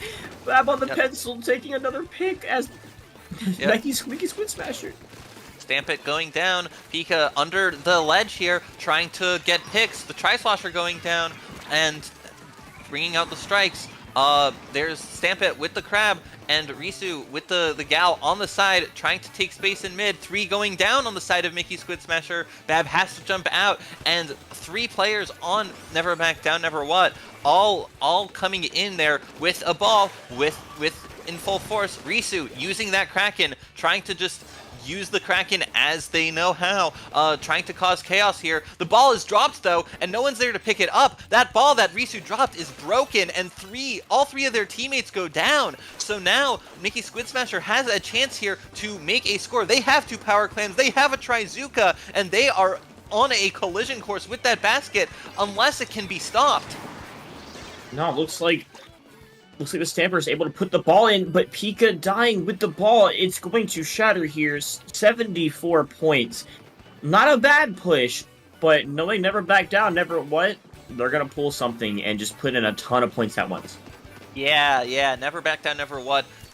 They really dealt with that well to keep that push to only 26 points there after such momentum in favor of Mickey Squid Smasher. Here's the Trizuka coming out from the side of Never Back Down, Never What, and 1 goes down, but 2 go down on their side, and now more clams. Bab trying to get a power clam, trying to jump that in, it looks like. No, not jumping it in, but Pika goes down.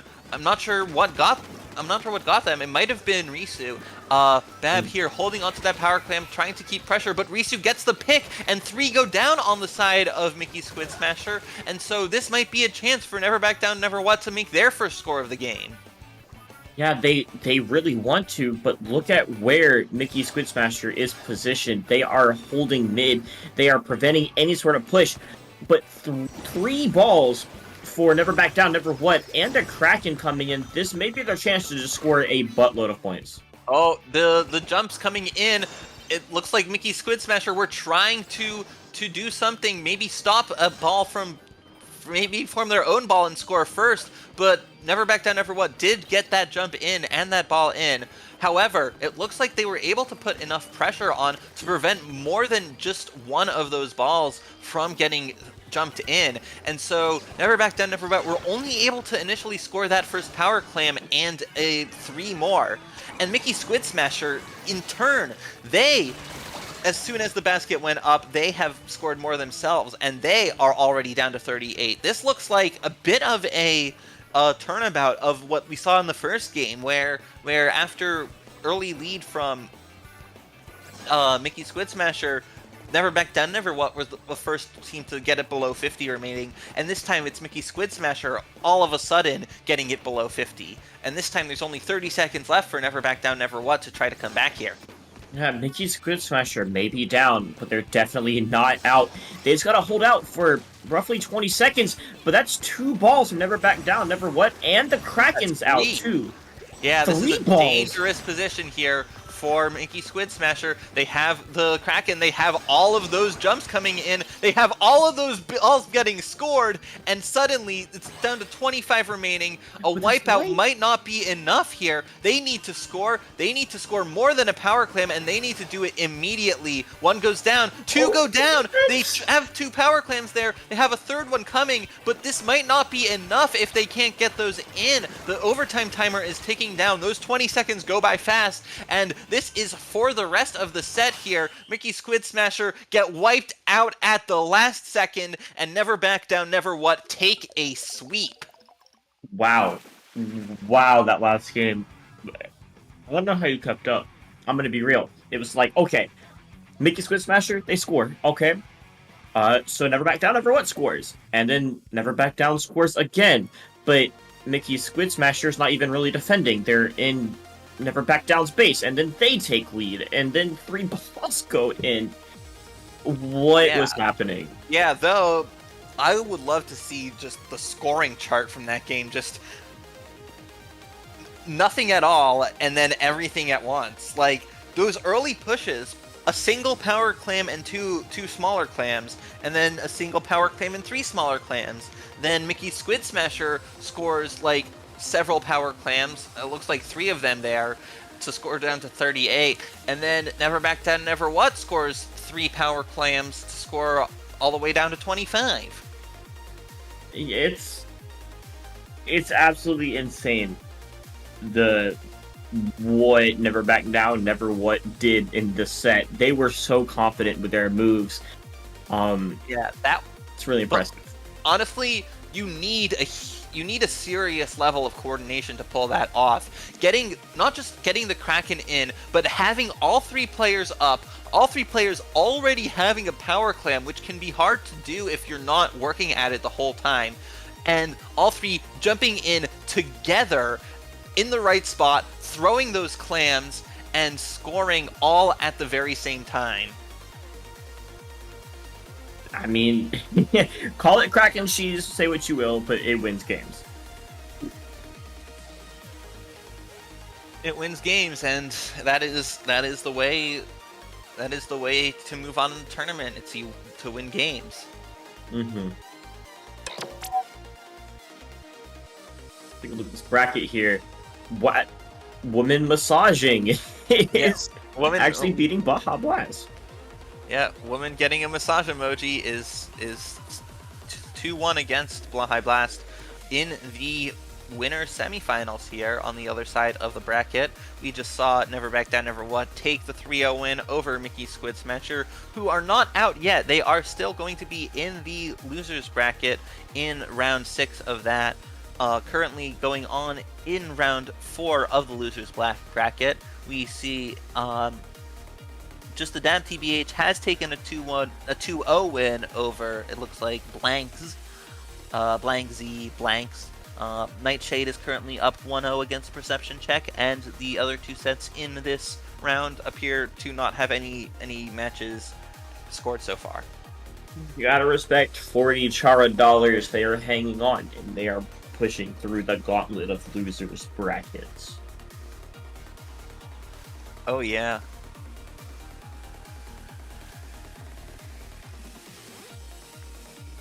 Alright, well, that's actually the end of our block. I had a blast. Squidoku, where can these wonderful people find you? Yeah, I have recently made a new Twitter specifically for Splatoon stuff. At some point, I am going to be using that more. That is at Squidoku_. Right now, there's mainly just a link to my other profile, but you can find me there. You can also find me on the Fediverse at Squidoku at splatsville.social. I've also been trying to at least lurk, if not post more, on the Squidboards forums as Squidoku_. And how about you, Peachy? Where can the fine folks in the audience find you? You can find me on Twitter at peachypuff_SPL. Or recently, and for a while now, it's going to be in CCA, just kind of hanging around, doing whatever. You know how it is. Mm-hmm. Well, yeah, y'all have a wonderful night. Hope to see you next time. Yeah, make sure to treat the commentators for the second block well, and have a great rest of the night. Enjoy the rest of Squid Junction 64.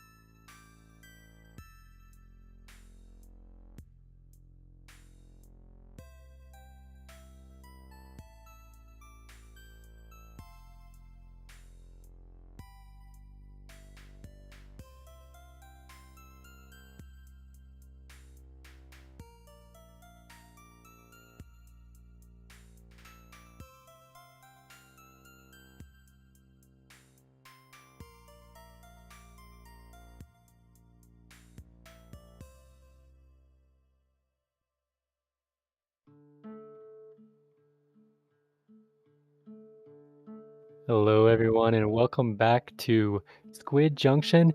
Squid Junction 64! I'm your new commentator, Gregory here, and I am going to be taking you into, I believe this is winners finals going on right now? Finals. So yeah, gonna be exciting to see what we can do here. We have Massaging Woman going up against Never Back Down, Never What? So gonna be interesting to see what these two teams can do. We've saw Never Back Down, Never What do some pretty impressive things on Clam Blitz.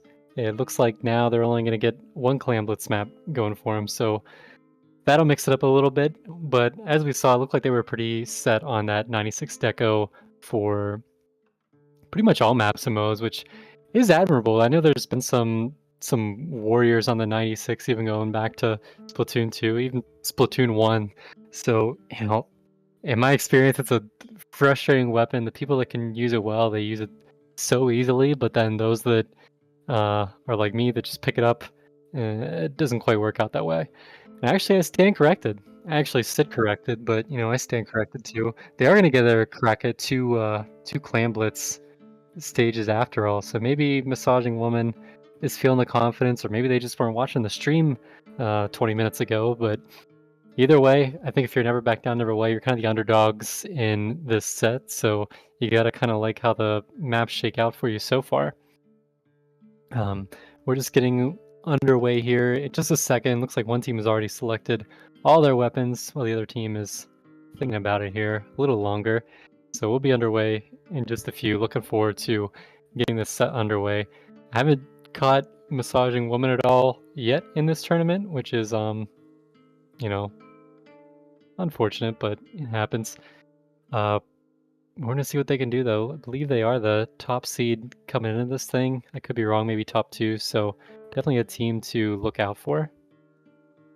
We're just going to get underway here in just another moment.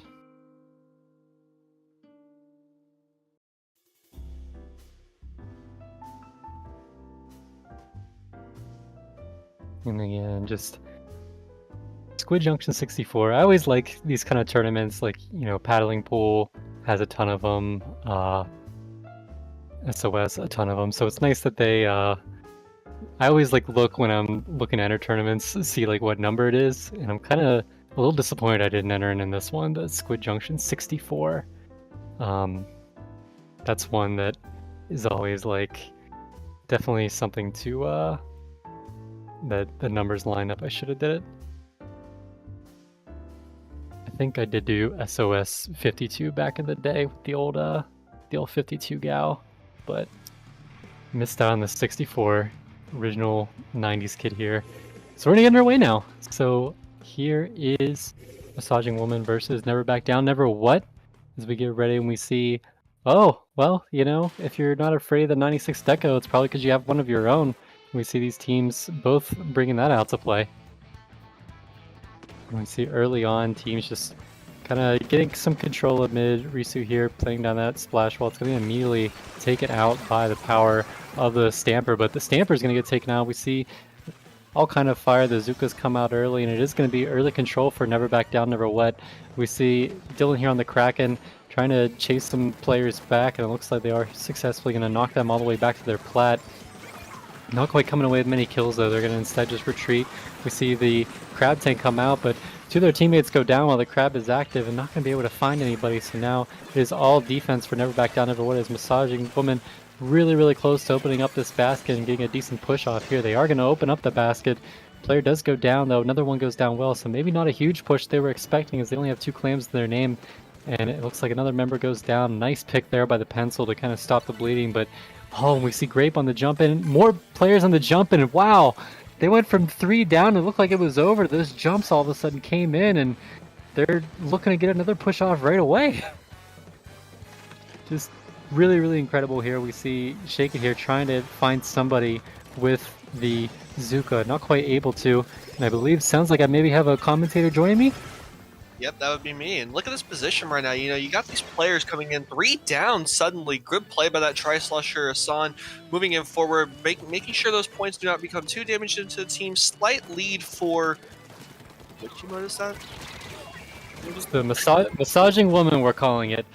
Appreciate Frosty super jumping into the rescue to join me here, just like the members of Massaging Woman super jumped in to get that second push off. But now it looks like they're going to be finally on the back foot for the first time all game as they have 3 members go down.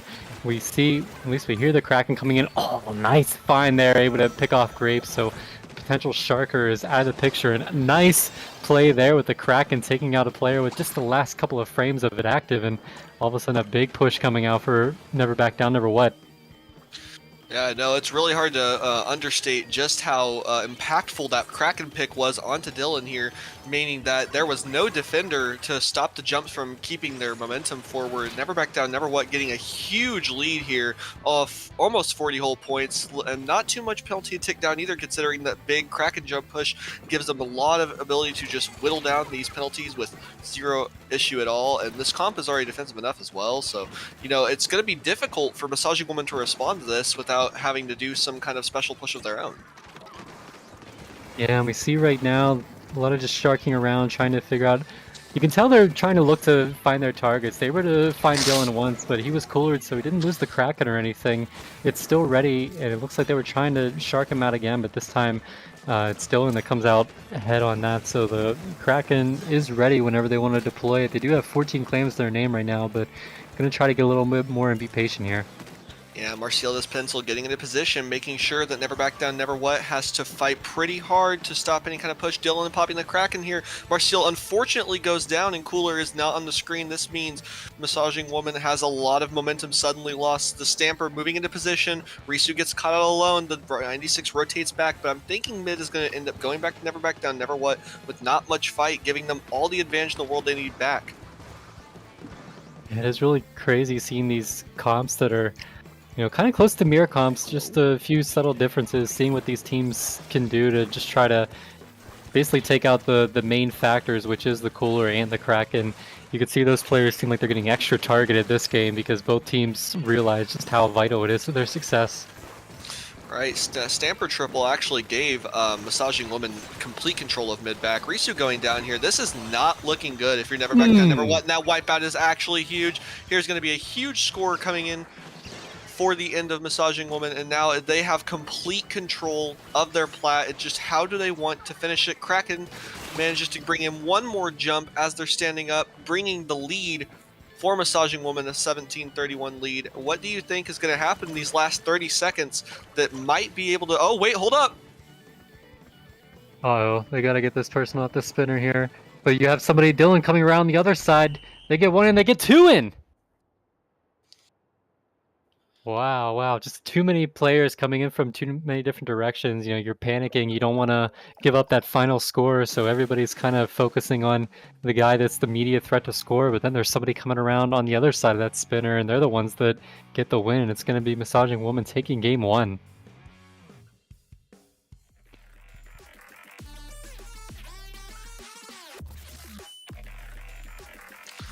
Yeah, Massaging Woman makes sure to make some huge pushes there towards the end. The coordination from their team was just stellar. I mean, look at the way that this pencil positions for the rest of their team, even in these clips where they managed to go down really early. It's the fact that they can position so smoothly with the rest of their team that makes this offense so scary to deal with. Like, look at this fight. Percolator manages to move in over here. This Kraken takes down. The team immediately capitalizes on this forward dive, just ending the game.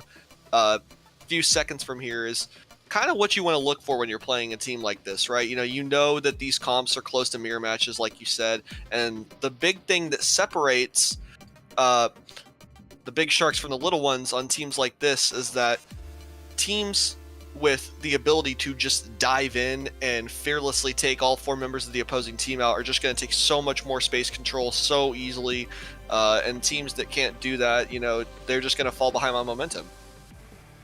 Yeah, I think a big thing, wow, these teams just locked in, they're ready to go. But just seeing these teams actually get more value out of the Krakens than just, oh, I'm setting up a super jump. We saw Krakens getting some kills under basket during that game, and that's really what separates, you know, the craft cheese singles to like the gourmet stuff that they have over in Europe. Yeah, that cheese had some fresh rind, for sure. Now, getting back into this game, Asan going down really early. Ramen zones. Risu managing a position on this right side on that 52 gal, but they're not really going to get too much immediate value from this, as Massaging Woman actually goes 2 down. This is going to be a zone cap for Never Back Down, Never What, since they managed to take control of their plat. And this map, if, for those of you who don't know, has a very scary tendency to snowball on holds and zones, just due to the fact that the entry routes, while very varied and open, can tend to get a little crowded with how well you can control positions from that top mid area. Yeah, this is definitely up there as one of the more difficult zones maps to retake. I'd put it up there similar to Barnacle, really, but maybe slightly easier than that, just because the team can't push up so far ahead of the zone. But we see right now, you know, this initial hold's going all the way down to under 40 here, and really not much of a threat in sight from Massaging Woman. They just have to pretty much Never Back Down, Never What has to win this one more fight here, and it's going to be their game. Massaging Woman has to find a way to stay alive, get some specials to make a last-ditch push. They are going to get 2 members down, so they're able to at least approach the zone before the jumps come in. They are at least going to neutralize it. Hopefully they can cap it here to keep this game going, but the Zuka's coming out, threatening them. They are going to get the cap, though. And the cap here actually is kind of big. Something I wanted to mention is that, you know, those 2 picks that happened on top plat, that's the kind of stuff you're looking for to move off of. You need any piece of momentum you can get on this map. Like you said, it's like Barnacle, and it's a better comparison than you think, because once you start playing this map, it is definitely one of those deals where the lockout is going to start feeling that trickling effect where regardless of whether you're positioning well with your team or not, everything feels almost like a stagger. Dylan Carew managing to stagger the opponents in Never Down, Never Back What? Never Back Down, Never What? That's a tongue twister. And almost getting them back in the field here. We just need these Zukas to get some valuable picks and rotate the full team back in. 3 down on Never Back Down, Never What, and that's going to be a cap for Massaging Woman as they take their turn at holding the opponent. Yeah, it's going to be interesting to see how much they're going to be able to whittle down this clock here. We see the Zukas come out, immediately finds 2 here. Dylan able to finish it off, get the 3rd, so nice triple to start things off. Well, that was a quad, so now it's going to be, again now, just Massaging Woman trying to hold this. We see the Zuka come out on the side of Never Back Down, Never What, but not going to be able to find anybody. Maybe the Crab can do something. We see one player goes down. The Zip is now going to harass the Crab, so they're not going to be able to get much value out of that. So we see this special timing is going really well, and it's going to be both teams just kind of coming at zone now with really nothing but their mains. And looks like Grape, nice pick there on the 52, but gonna get taken down, and it is gonna be at least the cap going to Never Back Down, Never What, but Massaging Woman able to get control right back.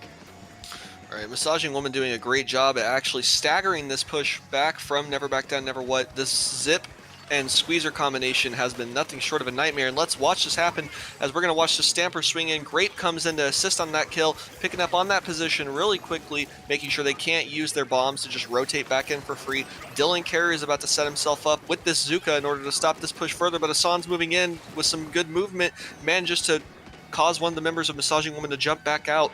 Now it's back in mid. The fight has rotated sides, and the zone is going to go back down to Never Back Down, Never What. Yeah, just able to kind of brute force their way in with specials, and the members of Massaging Woman just kind of having to cede that ground. And now as the fight plays out, it is going to be in the advantage of Never Back Down, Never What, and we're going to catch these jumps in. No, Grape's going to survive it, but then, oh my gosh, everybody's just jumping in and killing or being killed a second later.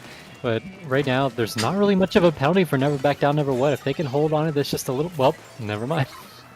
Yeah, and it is going to go back to Massaging Woman, but don't think that hold is secure for even a second. This 2 down isn't going to last long with all these jumps coming in. Risu and Grape fighting off in this corner. Good jump back to rotate, and now this is going to give Never Back Down, Never What the chance to really start establishing a push back in. Risu setting up on this right side, getting Zuka'd out by Dylan Carew. Dylan's looking for the fight, can't manage to find the pick. The laser's coming out from Risu. No one's really securing a pick too quickly yet, but Grape is going to go down to Risu, and that's going to be a huge weakness in that right side, watching to see if Risu can finish this rotate in. The zone goes back down to Never Back Down, Never What, and Dylan looks caught out alone on the left side. It's really just going to come down to who can win these next couple of fights here. We see the Zuko coming out, trying to take out this pencil, but meanwhile Grape is winning some fights on the other side. So now, really precarious situation here. They're going to get the jumps in, but they're going to go down. They can't flip the zone if they are only going to have 2 members alive. But we see they're going to get chased down, so now it really is just stamp it here. Going to pop the crab, try to do something, get the teammates to jump in. Going to try to protect those jumps. One is protected, but they're running out of time. They need to paint the zone as fast as they can here. The pencil is going to make that difficult, but somehow they cap! That was impressive. I actually did not even notice the Never Back Down Never What start even to rotate in from that right side until it was too late, and I can assume that Massaging Woman was kind of put in the same situation. They just had to make a last-second reaction, and they couldn't get it in time. But it was a valiant effort to hold that zone. Just one more tick, and they could have taken it. But Never Back Down Never What, showing exactly why you fight out until the last second here.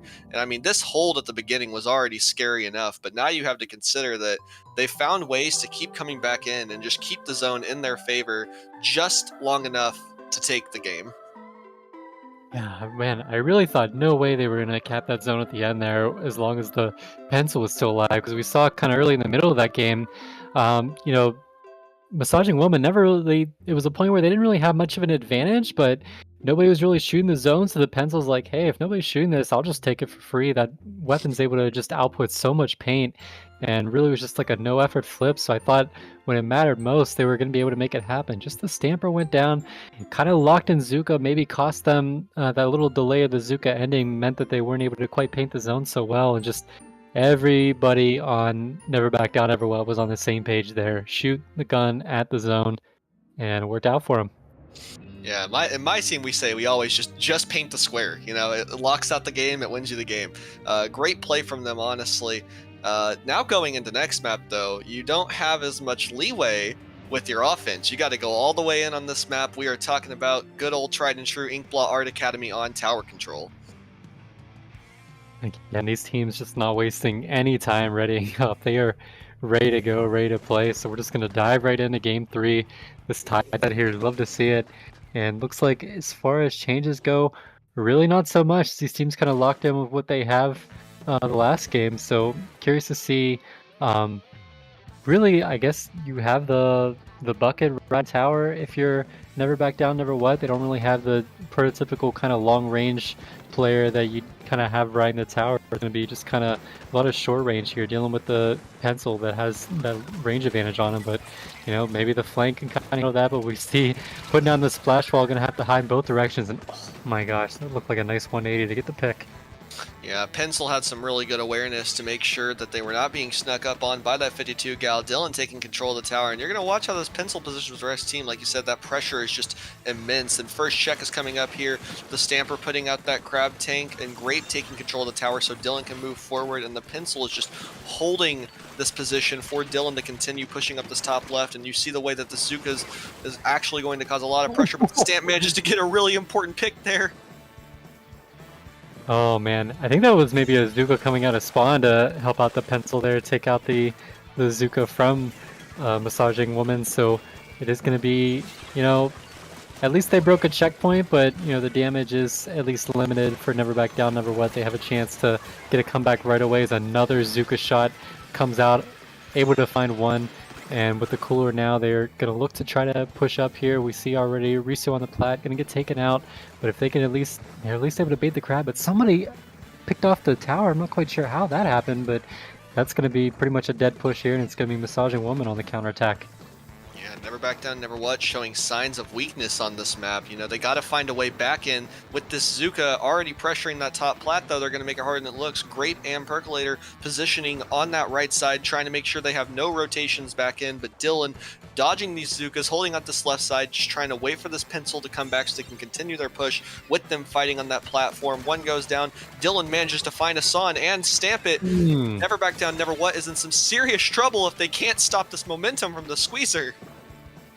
Man, Dylan, there's nothing worse as a team trying to stop a push when the player that's doing the objective, riding the tower with the Rainmaker, whatever, that is also getting a triple. It's just like, that's supposed to be the guy that's vulnerable. You know where he is at the very least on tower control. You know he's standing on that tower, but Dylan, you know, I don't care if you know where I am. I'm gonna take you out regardless, and able to push it all the way to 5, and then some. This push isn't necessarily over yet. They do have the jumps come in. They are gonna get camped, but right now they just have to deal with the shot here, who is gonna get taken out by Grape now, just kind of diving, trying to desperately stop this. Not gonna be able to. It's gonna be the Massaging Woman taking game 3. Sorry. Yeah, game 3 right there was surely something. A showing from Dylan, just taking control of that top left side and getting all those picks for the team. And, you know, it's like you said, he doesn't really care about whether the team knows he's there or not. The positioning from Squeezer is just too strong, and taking control of all that space is really what's going to make the difference. And you're watching these fights, and the Stamper is really what seals the deal here, because you notice the combination between these two mid-range weapons is that regardless of where you're standing on the map, you're always fighting something, and both of those weapons can kill you close to instantly. And that's just, you know, it really plays out that way. The snowball from Massaging Woman was really just a combination of all three of the front lines knowing exactly where to be at exactly the right time, and Dylan just cleaning up any single time that someone wasn't immediately dead. Yeah, I noticed there were some points in that game where it looked like Grape and Percolator were basically like on top of each other playing. So I kept wondering if Zuka Shot was going to wipe them both off, but that didn't happen. Instead, it just made them stronger. Which, if you have two players just wreaking havoc on you, that's going to draw a lot of attention. Which left it so Dylan just had to operate on the other side of that pinch and just wipe out the members of Never Back Down, Never What. So they're going to go into this with a 1-game deficit here, as they have to try to turn it around on Clamblitz Crableg. This is an interesting map to really look at too. I don't think these teams are going to be changing up much comp sync as we've locked into the game super quickly. Maybe we're going to see those 52s become 96s again, but other than that, not too much change looking forward. What do you think is the real keystone here of pushes on this map? Because everybody has a different opinion. Some teams say you just got to get a wipe and go to the center. Some teams say you got to hold that top right, make sure no one's ever getting out of their spawn. Some people say you just got to fight in from the left side because it's a safer angle. I don't really agree with that one, but you know, every team has their own way of fighting on Crableg, and that's what makes it interesting.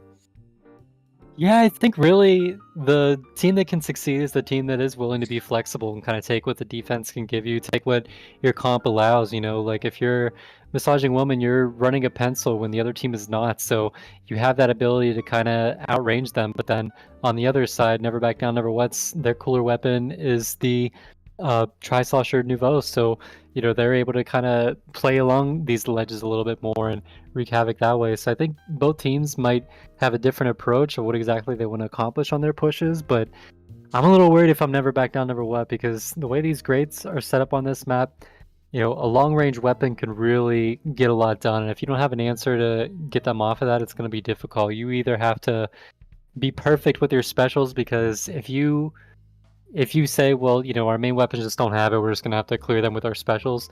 If you use a special and you're not able to clear them, then you're just getting no value from your entire kit, and you're in big trouble. So I wonder if they, they managed to take out an entire member of Massaging Woman, so that'll be a big advantage for them, as they are able to totally wipe away one player before the game even starts. And we're just going to get a replay here. Yeah, I got a replay on that. I was about to ask, do we have replays in hand, or is this doomed? Yeah, no, it seems like we're going to be replaying.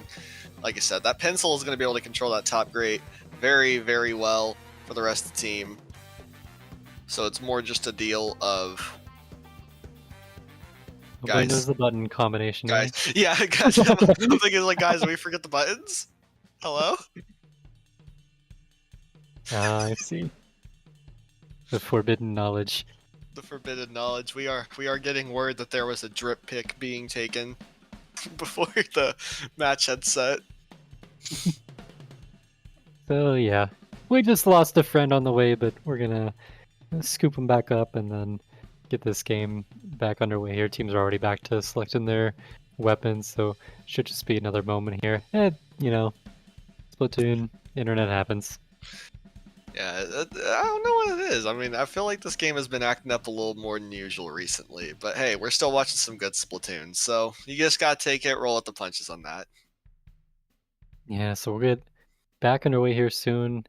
Massaging Woman again with a 2-1 advantage far in this set. We'll see if that can continue they can keep this momentum and take it to a win, or is, never back down, never what. They lost the earlier Clam Blitz game in this set, but they've been looking good on Clam Blitz so far. Let's see if they're able to turn around on this map. Right, and that range advantage you mentioned is really about to show itself, because it doesn't look like Never Back Down, Never What brought a lot of good pencil answers, and you can already see them trying to set that pencil up, slowly get Marcial into position as the cooler comes out. Risu fighting on the left side, just trying to make sure they're not getting pushed out by that Stamper. Dry fight so far, not any real significant players going down until right now on this plat. 2 going down on the end of Never Back Down, Never What, as Percolator pops that crab, and top right position is taken by Dylan. Yeah, we see Grape now pushing up, trying to get something done, but not a lot of clams in their possession, so wisely going to retreat. We see Dylan just going to be a pest here on this top right with the splash wall to protect him, and oh man, able to get that pick before the opposing splash wall is able to deploy.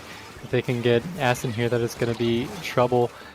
Oh, I thought they barely survived hiding behind that wall, but instead it is going to be a wipeout. It's going to be a big initial push here for Massaging Woman.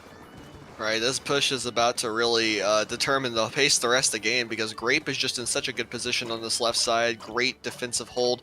Marcial is in a position to just keep scoring those clams, and because of the weapon selection of Never Back Down, Never What, they're going to have to really make some convincing fights to get back control of this top right side. Even Risu struggling to displace their team members as the jump's coming back in. Asan and the Stamper caught it alone. It's looking like this is going to be another wipeout for Massaging Woman.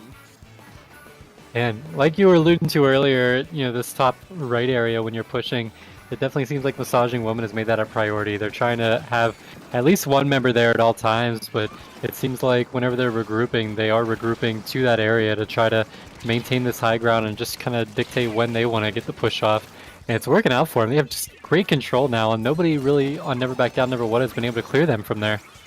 And I mean, you've seen Asan try and do it. You'll notice it's like you said, it's the range advantage. It makes all the difference. When you're on these grates and you don't have really any paint beyond a small block to move around with, it's all about trying to get in to fight manually with your weapon, and you just can't do that. I mean, the wipeouts are just going back and forth, and they're still just holding the space.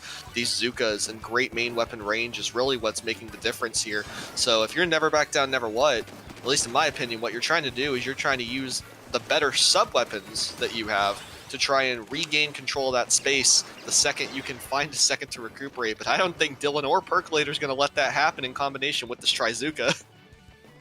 Yeah, they are just sending 3 people up the spawn camp and just having Marcial there, just holding on to the final clam for a while, just taunting them. I've never seen that kind of play out ever before in a Clam Blitz game, but yeah, just hanging on to that final clam, savoring that moment. It's like when you're going to make a free throw, you just want to take it in for a little and let that ball hang in the air a little longer. That's exactly what Marcial did there. Is it's going to be Massaging Woman getting the W. Right, and that 3-1 coming out for Massaging Woman was just convincing in the back half of that set. It really is just something to see how much weapon select can make a difference on some of the maps in this game. Yeah.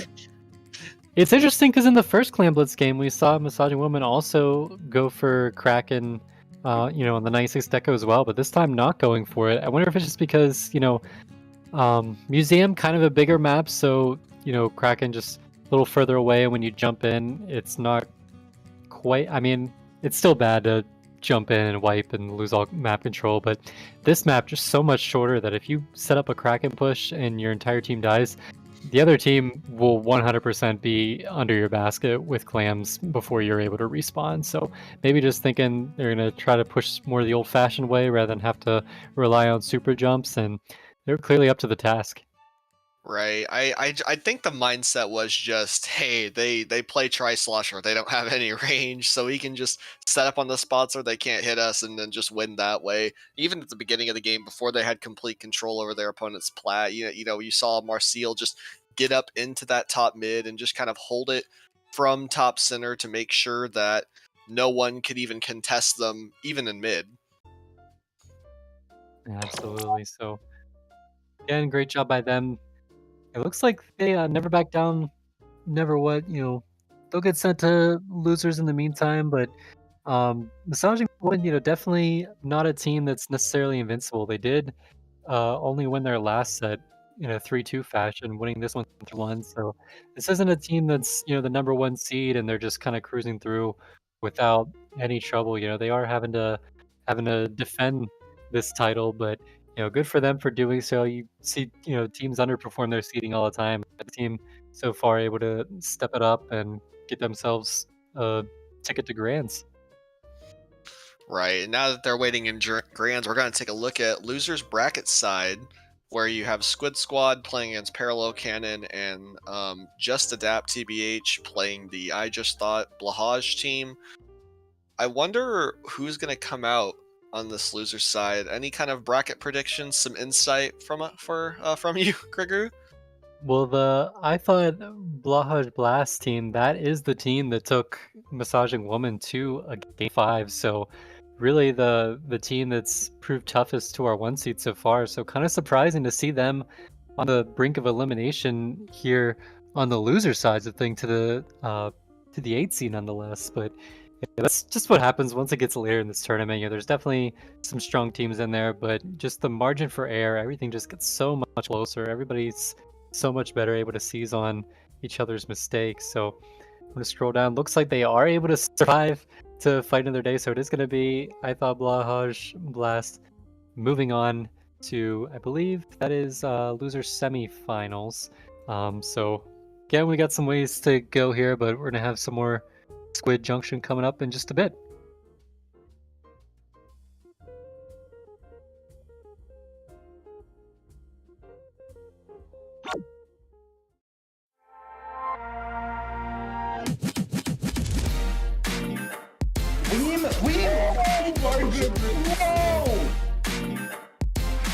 Oh, that must hurt.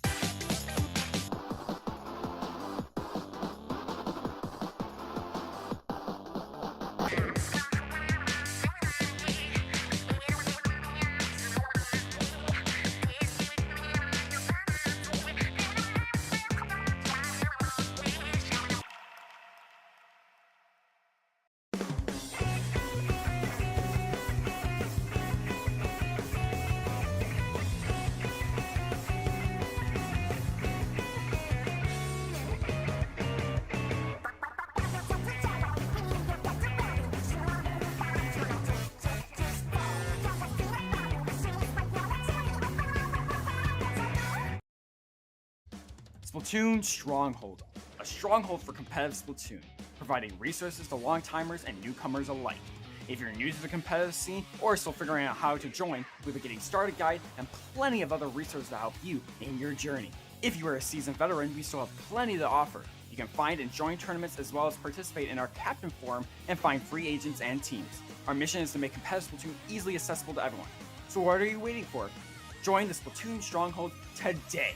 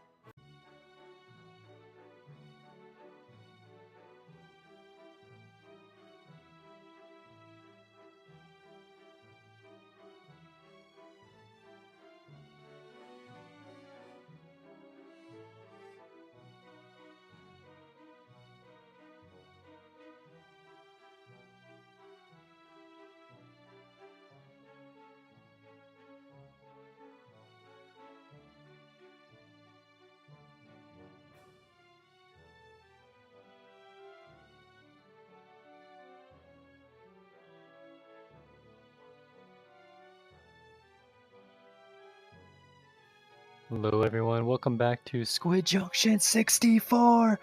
My name is Gregory. I'm joined here with Frosty, ready to get into our loser side. Right, losers bracket. We're going to be watching Mickey Squid Smasher versus Parallel Cannon. Two very interesting teams to see at this point in the bracket, mainly just because you do have players from both these teams that are very, very strong, and it is still best of three, which means you're going to have very aggressive teams because you have, I think you have Krim and Pika on one team, and then you got like Rose and Bounce on the other. I'm not looking at stream at this exact moment, trying to think off the top of my head. And that means you're just going to have two very aggressive teams in a best of three set going back and forth fighting for who can take control of the zone faster, especially on this first map. Splat zones may go. Let's get into that. What do you think is going to be what we're going to see from these teams, Greg?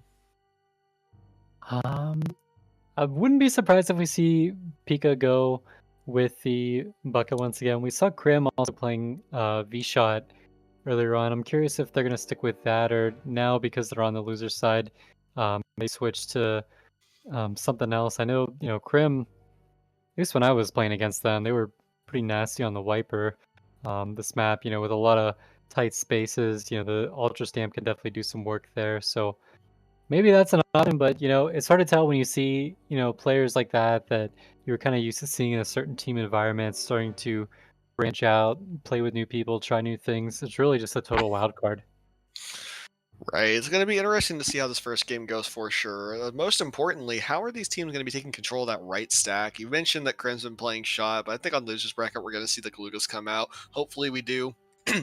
And also, how are we going to be controlling, the key points of interest on this map? Mainly, how are we going to be taking control of left drop and right stack whenever we do get control of the stage? And then whenever we're coming back in, how do we fight those areas back out?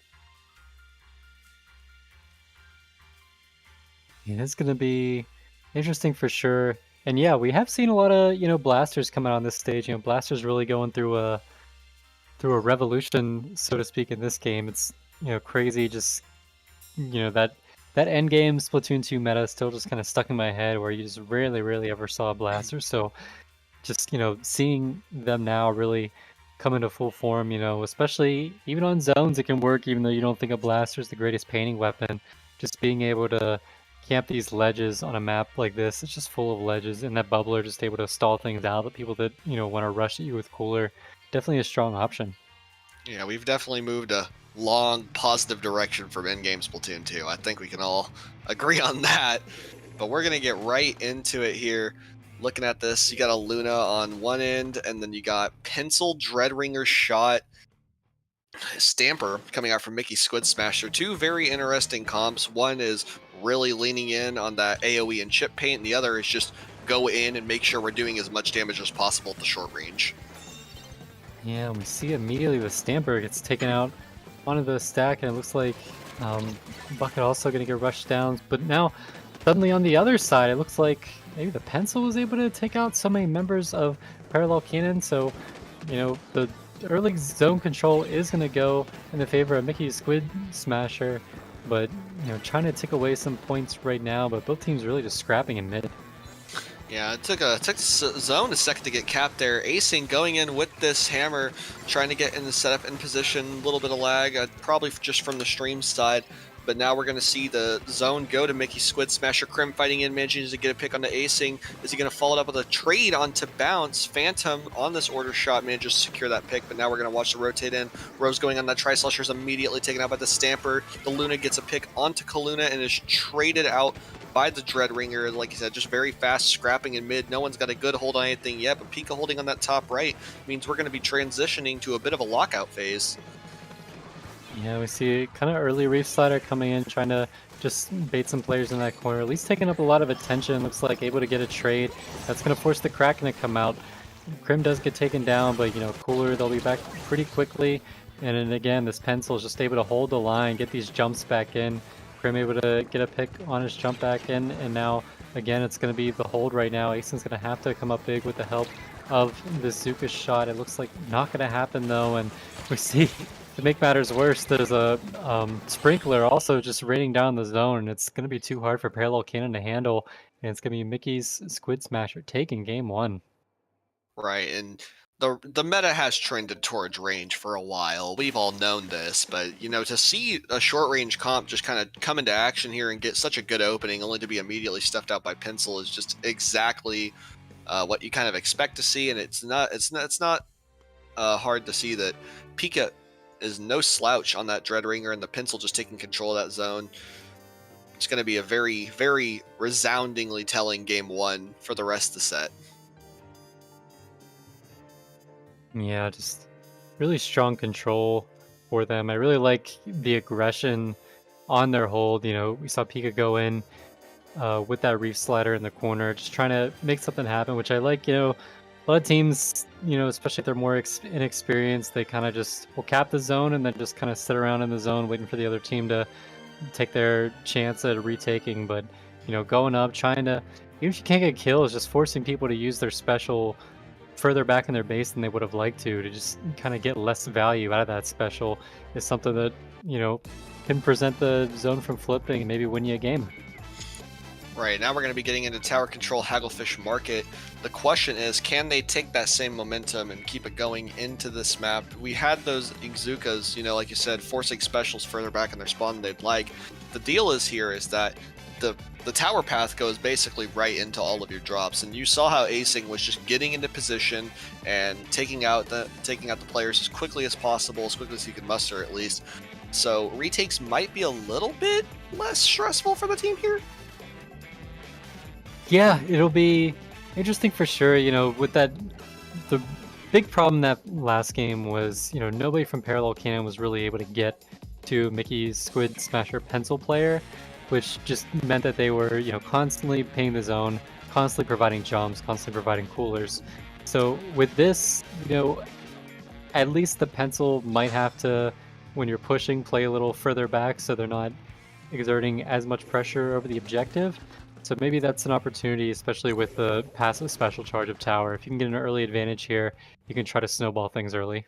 Right, and we're going to be seeing a change from the Neo Luna to the Vanilla Luna Blaster here, and an in-zap from the end of Rose, meaning that Tri-Slosher's there. So we've lost all the Fizzy Bombs to be pressuring the zone, but we've traded it off for a little bit faster. It's not going to matter, though. 96 immediately going down, the Luna following short. Krim and Pika just taking these aggressive fights so quickly, already into position.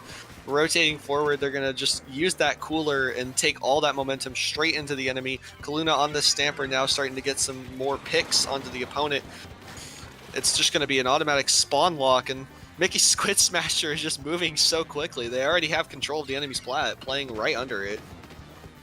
Yeah, this is big. We see both players jumping across to get underneath this tent area. It's going to be big if they can clear them out of there. It looks like they will, so it's not going to be the second checkpoint broken, at least for now, as Parallel Cannon able to at least get some control back here in this game. We see now the Zipcaster gets popped. They're trying to, again, just get behind these players, try to make something happen, get them turned around, but really nice job there. Focus from Mickey's Squid Smasher to focus up, and now they get the wipe.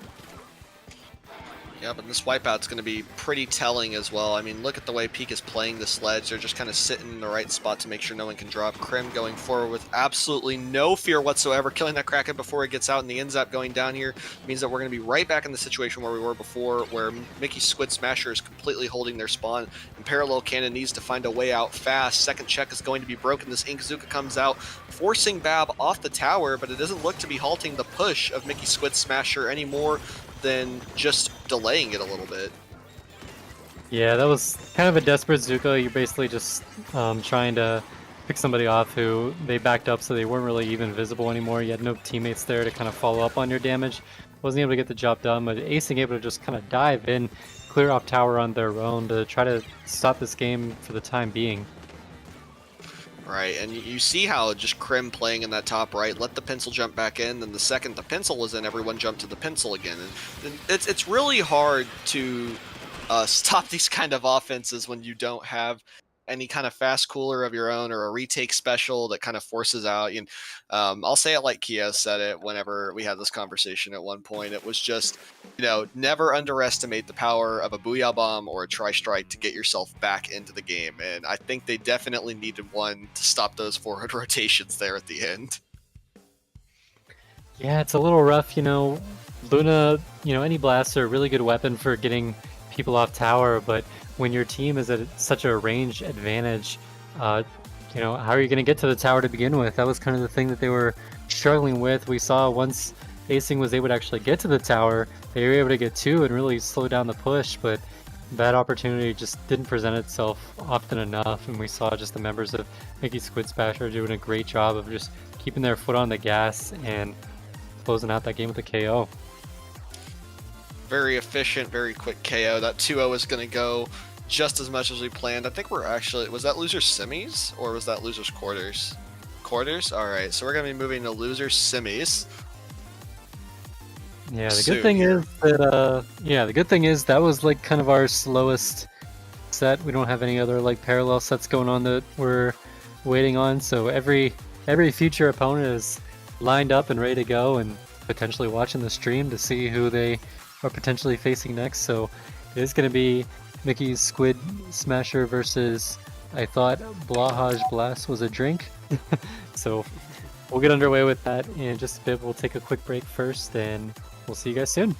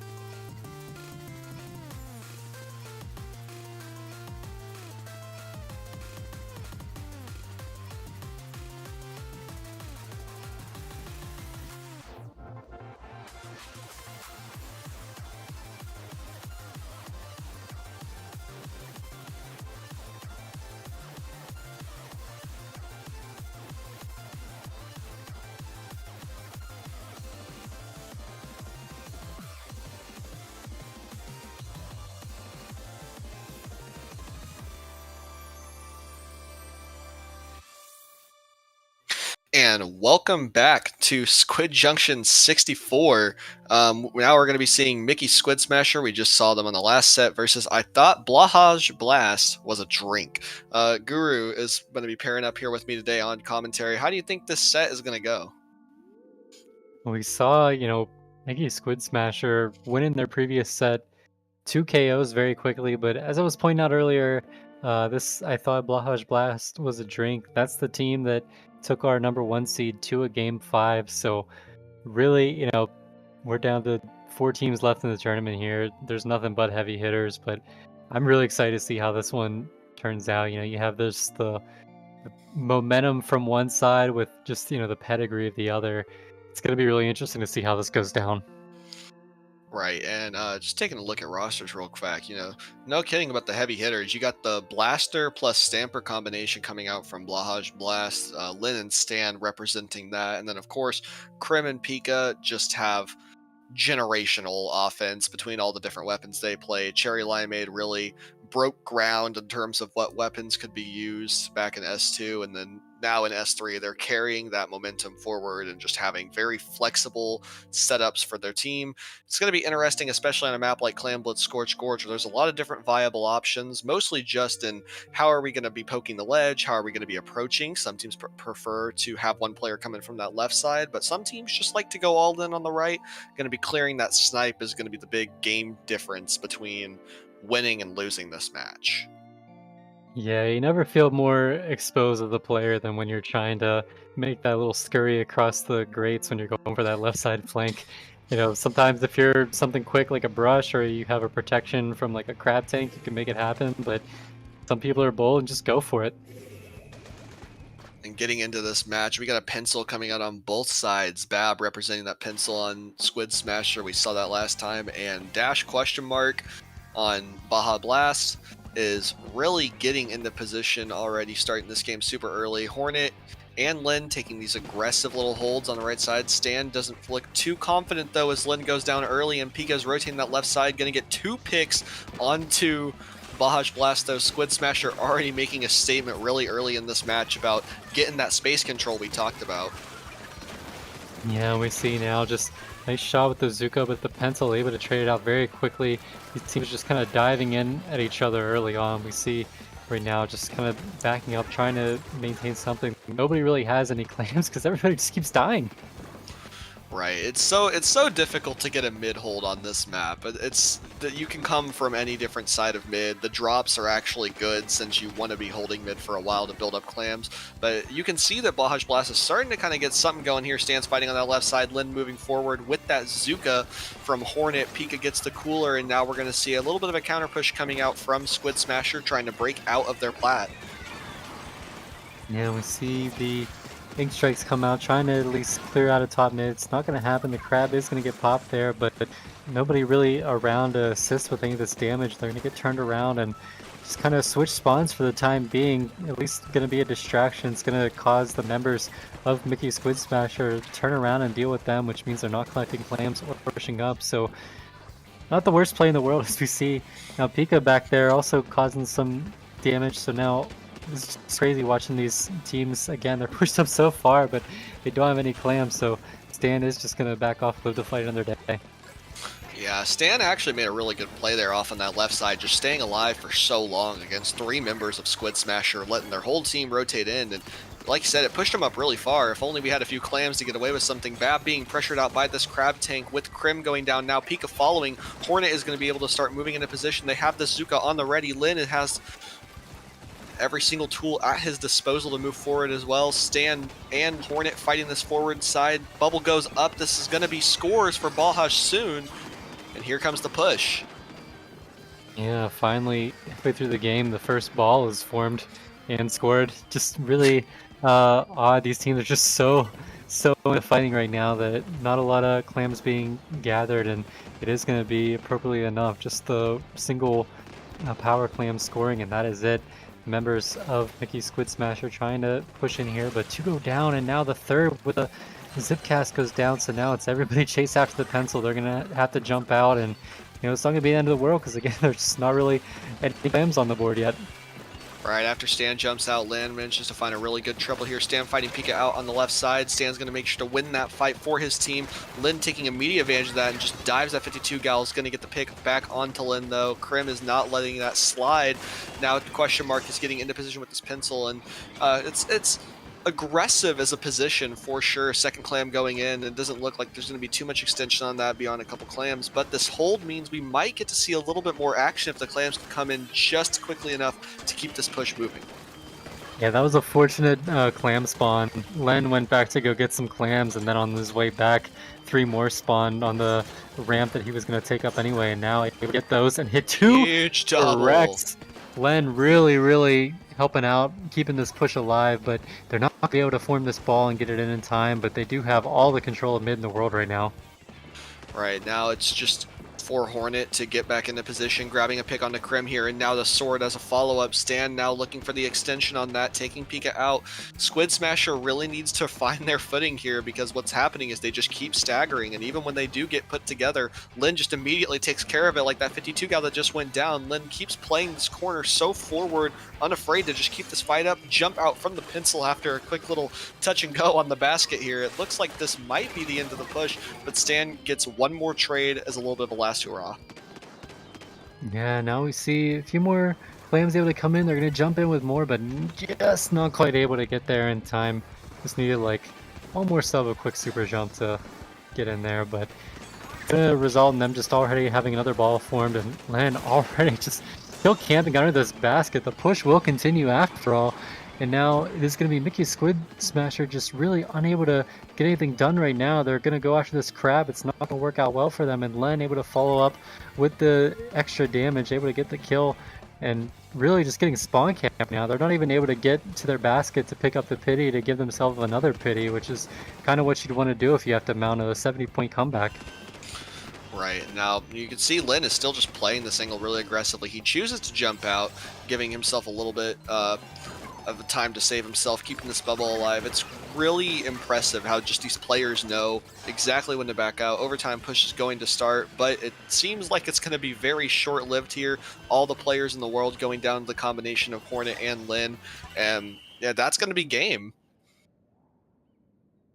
Well, it's a really good job there by, I thought Lahaj Blast was a drink to just really not even letting the members of Mickey's Squid Smasher get anything going. It took a while. There was a lot of scrapping in mid going on, a lot of jostling for control. Nobody was really able to pick up clams or get a push set up. But once I thought Lahaj Blast got that momentum going and got that control of mid, they just never gave it up the rest of the game.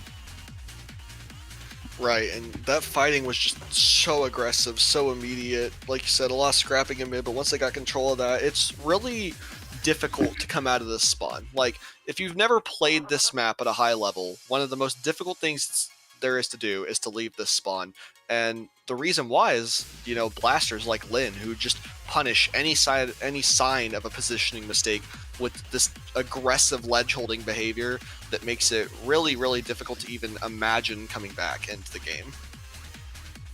Yeah, and I know Len just a few times that I played against them just really kind of catches you off guard, because somebody who, you know, very, very confident in their blast, you know, blaster one trick from what I know, just plays that weapon so well. And unlike a lot of blasters, they're not obsessed with playing their blaster like a blaster, so to speak. Like, they'll definitely use the corners, you know, use the edges, hit the indirects.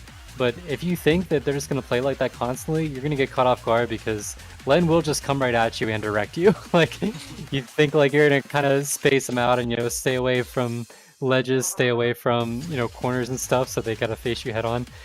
They're more than willing to meet that challenge and just run right at you and one-shot you. So it's something that you kind of got to get used to, that tempo, get used to that pace, and it can definitely catch people off guard, especially in the first game of a set. So we'll see if Mickey Squid Smasher is able to kind of adapt to that and kind of play off that aggression. We see the Tri-Slosh coming out for the first time I think we've seen all day from Pika. Right, interesting adaptation, going for something a bit slower on their comp side, you know, shifting away from that 52 gal to a V shot instead, and then that V try. While it's a very fast, aggressive weapon, it doesn't really have the tools to approach as easily, but it does have that inkjet response. So it looks like they're investing into that. Okay, let's fight first, swing later, and it's going to pay out for them as Bab immediately takes control of this Rainmaker, playing just as I thought it would. The Stamper getting into position, now this inkjet keeping them scrapping with each other, making sure they don't really have the most secure hold, but Question Mark's going to take out that inkjet, and now Lin is moving back into the left side with Stan's Crab Tank as Crossfire for support. Pika rocking the drop roller. Looked like maybe caught the pencil off guard that was trying to camp that jump. Not something you see every day, you know. Not a lot of people rocking weapons with inkjets, so even more so, not quite used to seeing the drop roller come out, but definitely works with the Tri-Slosher that Pika's employing here. And we saw now it is going to be a counter push, and they are going to make this jump across. And yeah, caught in the bubble is Pika. It is going to be a checkpoint clear, unless... Oh, they did break the checkpoint, but they go down immediately. Yeah, it tends to happen with Rainmaker checks in this game, but Lin getting back into position, looking at a fight into Krim. Krim's going to take him out with the Zuka. He's just like, no, we're not going to do this poke fighting thing this time. We're going to get into position. Stan really scrapping himself, trying to keep alive with the Crab Tank. Hornet jumping out as well. It's just Stan stuck in mid who's going to trade Krim out in this fight. Lin getting in back into position, looking at that Rainmaker, dropped on the left side. Pika comes to fight, manages to get the pick. Now, looks like Mickey Squid Smasher is going to be looking for a chance to push.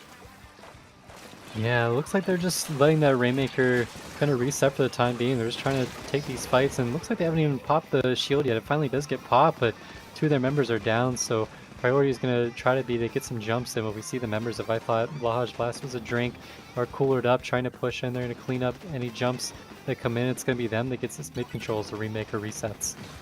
Right, and now Stan's popping this crab. He's like, okay, you guys had your fun. It's my turn now. Rotating back in. All 3 of the members caught out by this crab. Criminty's going to rotate on this right side, but he's not going to be able to do much as he's going to go down trying to fight the Zuka with Stan.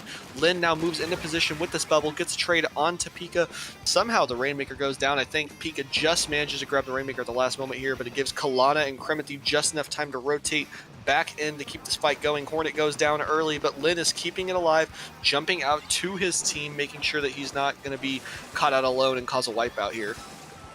Yeah, Bam now quickly trying to move up. They see that 2 members are down on the side of I Thought Blahaj Blast Was a Drink. They can at least improve on this lead a little bit. Actually going to be a lot as they are able to get it down to 37, but going to cost 3 members of their team to do it. Now the Zipcaster is going to get camped. It's going to be, well, okay, essentially a wipe. I was holding my breath there for a second. I thought Kaylana was going to pull off something pretty wild, but going to get taken out here. They're going to just opt to pick up the Rainmaker now that the cooler has been deployed. So we see the Zuka come out, trying to slow them down. It is going to pick off Len, so the Crab now going to have to get some value here. We see all the members of Mickey's Squid Smasher just retreating, taking some cover behind the spinner. And again, just not quite able to get much in mid. We see 2 members did go down, but Crimothy able to stop the Rainmaker. That was big. Alright, and now Len getting into position with that bubble. He doesn't even mind the Toxic Mist. He's just like, I gotta hold for my team, let the team come forward. And like you said, it's a little bit more comfortable to lead, but let's be honest here, 37 is fast on this map. 37 is quick on this map. Yeah, especially with that checkpoint broken now. Just a few timely picks is all it's going to take for a lead change. Or just somebody running right for it. They're able to get down to 46 and not quite all they needed, but they're going to see if they can continue this push. Trying to, I don't know if they're aiming for people or trying to pop the Rainmaker with that Zuka, but either way it works. They are able to get some picks and the Rainmaker pops, and they're going to get lead with that. Right, bit of a what are we doing there moment, but at the same time, they managed to find something happening. Now it's just going to be an extension on those points. Hornet making sure there's no fear, getting all the way down to 7, and Stan's actually going to be taking that top left, so it's going to be very hard for Mickey Squid Smasher to gain their feet.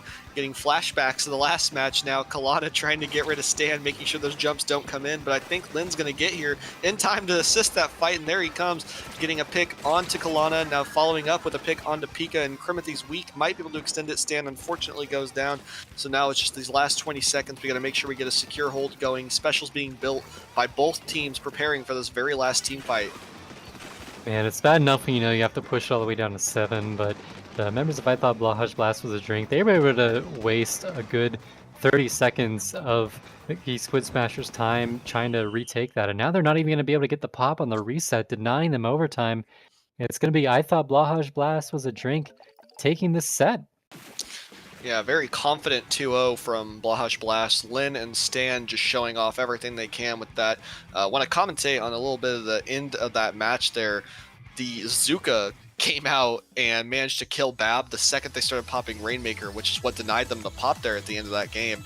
But beyond that, I mean, it was telling, just that immediate snap to it from the offense from Blahaj Blast the second they realized they had advantage. That's the kind of stuff these teams look for, They get in that position, they get in that mindset where they're like, okay, we are winning, we take every fight, we extend on every opportunity that we can, and just control the stage with zero hesitation. Yeah, we see then the push that wasn't quite enough gets stopped. It's a 2v2 situation, but yeah, I think that Zuka got 2, so man, just really fortunate shots there, and then being the one to pick up the Rainmaker on top of that to get it all the way down to 7. Yeah, that's the big thing, it's really hard to get a perfect push off, so a lot of times your scoring is based on how can we continue a push that gets stopped? How can we prevent it from just being a totally dead push that just ends like that? So that's something that, that I thought Blahaj Blast was able to capitalize on, get those extra points that were available to them and end up winning them the game. Right, and we're going to be looking at the next set soon, which is Losers Finals. Blahaj Blast taking this momentum, fighting Never Back Down, Never What. And considering we just saw a try come out from Mickey Squid Smasher, and we know Asan plays Tri Slosher, it's going to be interesting to see that kind of short AoE matchup between that Blaster and that Tri Nouveau, since one getting picked off is because of Cooler. We'll just say it's a little more valuable than losing your Blaster player for a couple of seconds. For sure. Ready to see these two teams go at it. We're already joining up the room, so things are going to be getting underway pretty quickly. Again, we're going to be Losers Finals now, so Never Back Down, Never What, team that we're seeing a lot here at Squid Junction and making it far often too. So these guys are definitely not to be taken lightly. But I mean, I thought Blahaj Blast, we saw how good the Mickey team was looking coming into that set, and they just got shut down. So now the momentum's fully in the direction of I thought Blahaj Blast was a drink here. As we see the maps getting struck down, looks like we're going to start at Crab Lake Capital. Yeah, no, quick review on what happened on this map the last time we had it on stream was in Winners Finals, where Dylan and I think it was I can't remember the name of the pencil from the other team, but they took control of that top right. Never Back Down, Never What. Just had a little bit of trouble breaking out of spawn, so they're gonna get to revisit that. Hopefully, with a new state of mind, they don't sabotage themselves going in. Absolutely. I think these are all of our available maps, if I remember correctly. So still possible that, well, 2 of these will get struck down because, yeah, this is just a best of 3. So I'm curious to see. It looks like unless both teams agree to it, we will stand a chance at seeing at least one Clams map if we go the distance. So I'm curious to see if any of the teams, Never Back Down, we saw they definitely were not averse to Kraken Chiefs. I can't imagine that they would consider striking down any Clams map, even if it was a Clams map that they took a beating on last set. This isn't the same team that you played then, so maybe you've also talked it out, figured some things out to do differently this time. But I'm curious to see if you were in their shoes, what would you strike here? If I'm Never Back Down, Never What, I do strike Crab Leg. I think our comp is just too short range for it. And I mean, you're going to be kind of forced to bite the bullet on some map, but if you're striking out Crab Leg, that just means you don't have to make any significant changes across the set. And Blahaj Blast, I'm actually striking the Rainmaker map here, so that way we're not dealing with the possibility of having a Tri-Slosher on Rainmaker take control. They do have a very burst control, very fast momentum-based comp, so taking the fights to the modes where you're a little bit more comfortable, Haggle Splat Zones, Tower Control on Mako, and Ramen Clams, those are all 3 maps that your Blaster can still attain a lot of ledge control, a lot of good forward momentum, but it's more Stamper favored than, say, playing on Humpback. Yeah, it seems like, just observing teams behave in this tournament, I think a lot of people like to strike Rainmaker, maybe just on the principle of it.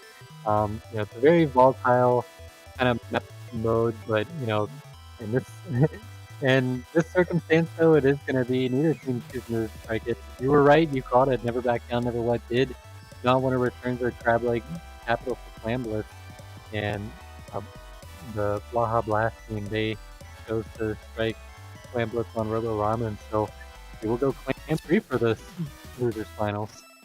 I'm curious on what the thoughts of striking Ramen was. That's a sword map. Like, that is your sword map. They don't have a pencil player, too. So, I'm not in their shoes. They probably have some kind of devious plan cooked up in the back, but I'm curious on the thoughts of that strike. I'm questioning it, but I'm sure we'll have something to see going into this first map, which will be Rainmaker Humpback Pump Track. Yeah, I have a hard time really putting myself in the head of counter picks because, as a shot player, it's just like, whatever, everything's fine.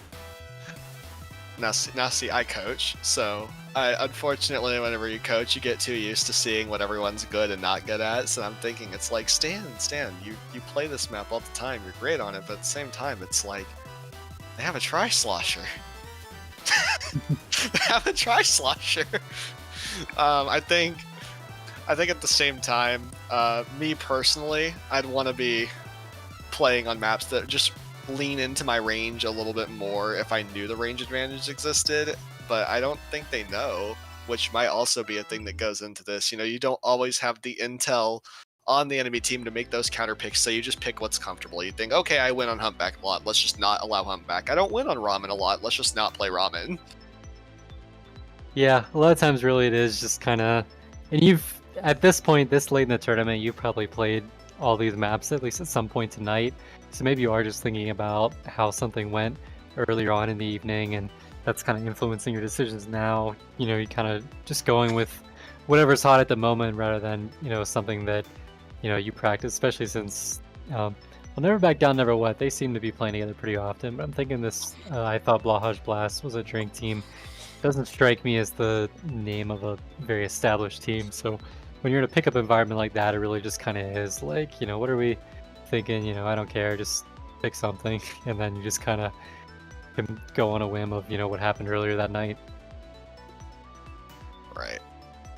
Now, it's curious to see how Never Back Down, Never What is going to adapt to playing haggle zones, because from the sets we saw before, historically they're pretty strong on zones, but you have to very much be careful about not giving up too much space. And on a map like haggle, your weapons just kind of inherently will give space to the opponent, especially during lockout phase. You know, the plat is so long and you have 3 really tall or just out of the way ways to move around, and for a pencil stamper, that's great. You know, you can just lock those areas down from a distance. But if you're playing short comp with 4 really aggressive players, then you have to be a little bit more careful about those options. I think Mako TC is just going to be a neutral map. There's not really anything that's good or bad on that map, and both teams have some short range AoE to pressure it. Now, returning back to the stage at hand, we're going to be getting into Rainmaker Humpback soon. We just need teams to ready up, and then we will be kicking this set off. Losers Finals. Yeah, like it's a shot in the arm starting with Rainmaker Humpback, just a map that can play really fast. I mean, that early checkpoint really isn't much. So, you know, most teams able to kind of knock it out of the way pretty early, and then it really is just who can kind of brute force their way across that straight plat. Nobody really opts for the other route. I think people just kind of forget there's another route in this map. It really is just trying to get through this big flat area with the opponents just kind of watching you from above. So, you know, specials coming out there. I know that, you know, Never Back Down, Never What. We've seen them, you know, use the Kraken for clam blitz, but, you know, Kraken can definitely clear that space, force some jump outs in a Rainmaker situation too. Right. And we're going to be getting into this game, honestly, on the topic of that left side. Sometimes I forget that's a pedestal. That's just the how do I get up to top left. But we're going to be getting into it. We're going to see comp not changing too much on the end of I thought Blahaj Blast is a drink, and then Never Back Down, Never What playing their tried and true comp, that 52 gal tri-slosher combination. Looks like Papa's going to end up going down to them. Asan rotating this back left, trying to get cooler as quickly as possible as Zuka start getting built up on the right. Lin goes down early to Risu. Risu's rotating in that left side, seeing if he can follow up the pick onto Stan, but Stan's going to jump out in time to keep himself alive and hold his special. Man, they were able to get their special, get that cool route so fast before before the pencil from I thought Blahaj Blast was a drink was able to get out their cooler, and they died when it was charged at 98%. So a big early advantage thanks to being aggressive early on this game for Never Back Down, Never What. They are able to break that first checkpoint now, just gonna kind of collect themselves here as they formulate a plot to try to get further. Right, you know, Risu walling out that Rainmaker. It looks like we're going to be seeing the Rainmaker be grabbed by Stampit. A little bit of spectator lag, but the grab was clean. Stan manages to rotate back on the left side, but he can't find a pick onto it. Risu's going to go forward. Can he find a pick onto Rin? He manages to get one onto Risu. Now it's just can Asan start to rotate forward in time. He goes down early in the team fight, and that's going to be 3 down for Never Back Down, Never What. They don't really have the tools to keep that fight going. Now it is, I thought Blahaj Blast's drink was a turn to take this cooler and rotate into the opposing team and try and get this first check broken. But now with Risu there on the flank, able to take out the Rainmaker, and Rainmaker's not going to be able to get avenged. Instead, Risu going to be pushing up now into the corner, trying to make something happen. They are going to get taken out, though. We see the bubbler from Lens Blaster just pop there for some extra security to help win that fight. So, you know, no harm, no foul. Looks like it is going to be, I thought Blaha Blast was a drink. I'm going to try to get this push off from where it left off. Right, a little bit of delay there, but now we're back in the fight. Risu's rotating down, but they've caught him out. Catching him out here means that he's not going to be able to shark that Rainmaker out like he did last time. Zuka Pick, very fortunately, swings onto the Rainmaker, and it looks like it's going to be a delayed wipe here. All the spawns coming back in from, I thought Blahaj Blast was a drink into mid, but Never Back Down, Never What has taken control of mid, and Hassan with this Rainmaker is now going to have a chance to extend that score if a few picks happen. Yeah, we see Zuko's coming out way over on the left side, able to find somebody, and now Hornet's gonna dive in, but the members of Never Back Down, Never What are getting taken down. If they could, at least, they're gonna hide in this corner right now, really dangerous with the blaster kind of harassing them. Len's gonna stop by for a cooler and then continue. I'm surprised they haven't tried to take this up, because if you die here, you're really stopping with the Rainmaker really, really close to the podium. They are going to pick it up, but they're not going to be able to drop it off the other side, looks like. So it is an opportunity for for Blaha Blast to get that, but instead they're going to lose the fight on this side. Well, the Rainmaker did drop off, so that is good news for Never Back Down, Never What. It's even better news now that 3 members of I Thought Blahaj Blast go down. Right, and they're just going to extend that score. You see Hassan just run straight forward. Hornet immediately picks up on that, though, drops down, gets that kill, trades himself out, but now it's just Stan versus the world here, making sure he can get 2 picks with this Crab Tank. Lin rotating in. Is he going to be able to find the pick on this Tri-Slosher? He's going to trade it, which is just enough. Stan goes back in the mid, making sure he finds something, but the shot manages to shark him out. Cooler goes out. Now it is Blahaj Blast's turn, but they got to think of something quick, because while 34 is a very fast score to reach on this map, they do not have the resources to continue this team fight for much longer. Yeah, and they're still looking to even break the first checkpoint now. We're getting down to the final 80 seconds of the game, but it's going to help right now as 3 members go down. They're not going to be able to stop this checkpoint as they get wiped out. That's big. Oh no. Hey, they may have shaken a little bit. Are they going to be able to stop this in time? Stan fighting this ledge. Question mark. Squid rolls into position. Like I said, 34 is fast. Len is already in position with this bubble, and 3 members of Never Back Down, Never What are in trouble. Stan manages to clean up this wipeout. He's going to pop this Crab Tank here as Hornet takes this forward. Asan can manage to find the pick onto the Rainmaker, but it's not enough to stop this momentum. Lin keeps the pressure on this Rainmaker, rotates back, just lets them pop it. He can fight this, gets Risu. Stamper is gone. They have no range to defend themselves. Lin is rotating in. Stan is fighting with it. The shot is weak. Can they find the pick? He find the pick, and now just run forward to Rainmaker. Grab it by accident, I'm going to assume. It didn't look like he was ready to grab that there, trying to fight Hassan, but it doesn't matter, because 2 picks with the Zuka is going to put that push to an immediate stop. But now the damage is already done. Never Back Down, Never What has 20 seconds to find their way all the way over to 15. It looks like they're going to go for broke on this left side. Oh, but Len has something to say about that from underneath, getting the pick, and now it could be really tough. The Rain's in an awkward spot. They are going to get to pop it. They are going to grab it. Now Stampede is up here, but no, on the flank. It looks like Stan is able to save the day and get the pick, and it's going to be, I thought Blahad Blast was a drink, taking game 1. That looked scary towards the end there. They got that wipeout, and you saw everyone start to rotate in, and it was like you just know. They're like, okay, Blahaj Blast knows. They know they won. They just had to get the score there.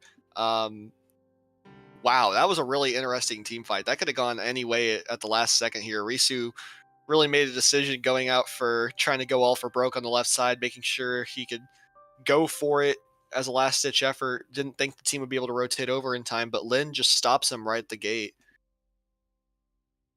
Yeah, I would have liked to see Never Back Down, Never What get a little more out of this push, but they weren't quite able to. And then we saw here, this was strong, and we saw kind of the desperation of players just kind of diving to stop the Rainmaker, which they stopped it, but they ended up getting traded out, and the members of I thought Blaha Blast, the 30-something is whatever, but once it got down to 21, it really became a tall order for him, and then Len was able to even tack on a few more points to get it down to the teens, which just makes it even that much harder to come back.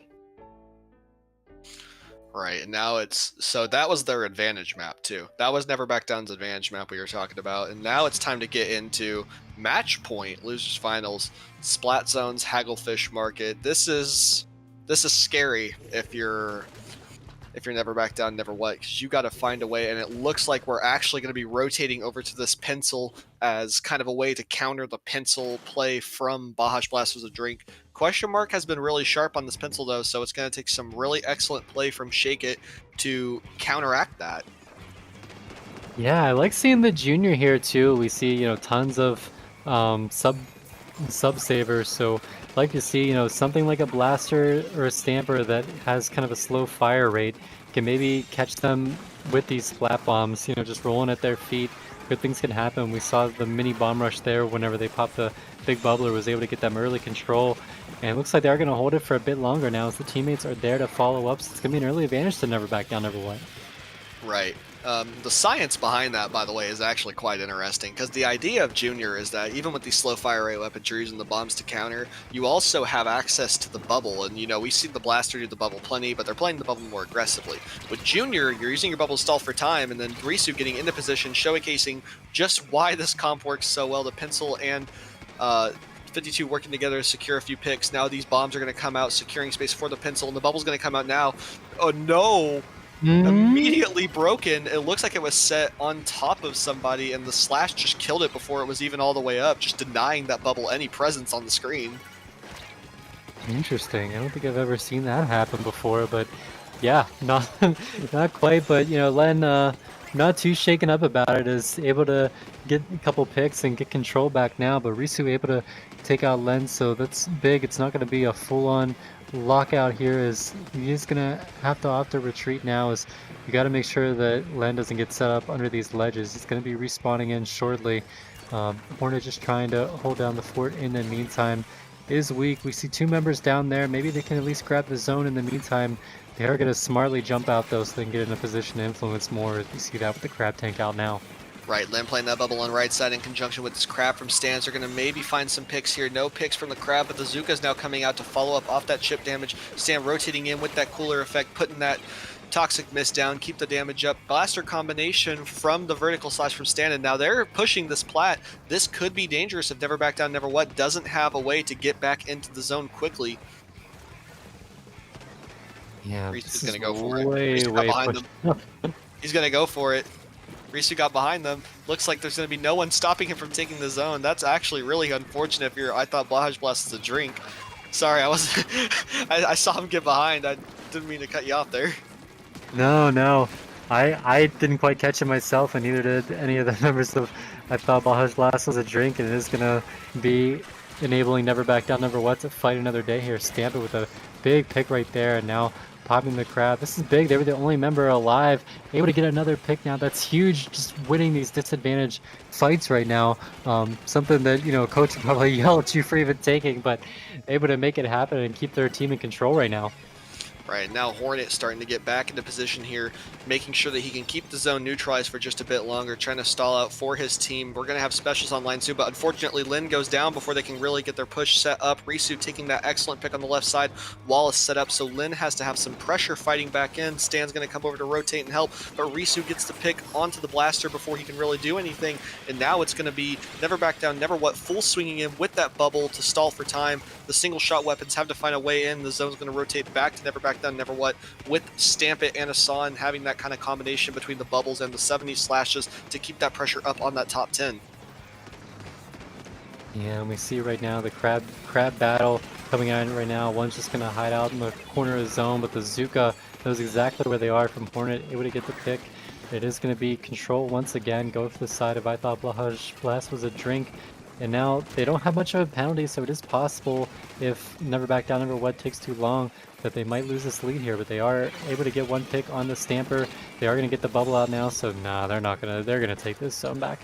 Yeah, Junior gets immediate control of the zone anytime it steps on it. If you're, I thought Baja Blast is a drink, you got to respond to that guy a lot faster. The second you see him, he's got to go because that bubble will just give them so much time to get fully set up. And you can see Risu taking full advantage of that time, getting set up on the right side. He gets picked off early, though, before anything can happen. Shake It gets caught out by this crab as well. The Zuka is going to be taking 2 picks here.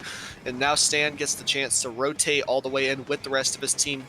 An amazing Zuka from Hornet, really rotating the team forward, turning the tides of this fight here. Stan playing this left ledge. Risu drops early, is going to go down. Now they have no real resource to fight in other than their main weapons. This bubble popped up on left side is not going to be enough to stop anything. The pencil can't really find a way to paint the zone in time to stop the lead take. And now, if you're never back down, you just lost the set at the very last second. Great play from, I thought Blahaj Blast was a drink, just kind of quickly swinging that fight back around the second you notice that weakness, using that Zuka to clear out the enemy plat.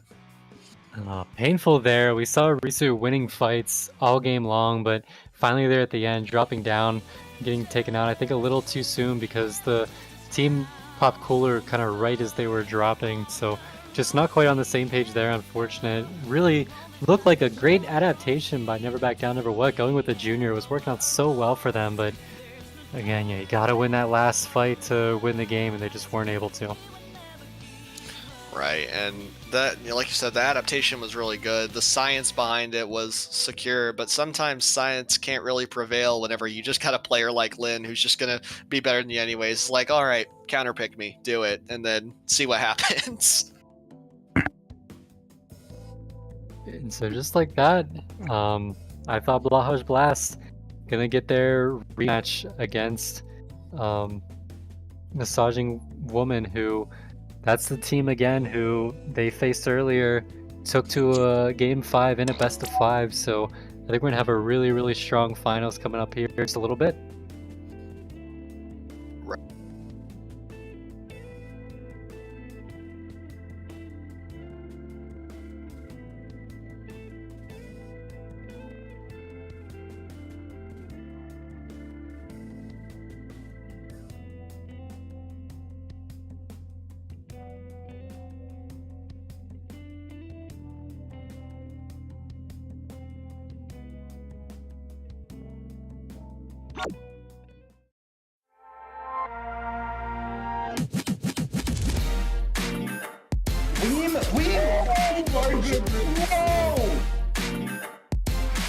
Ooh, that must hurt.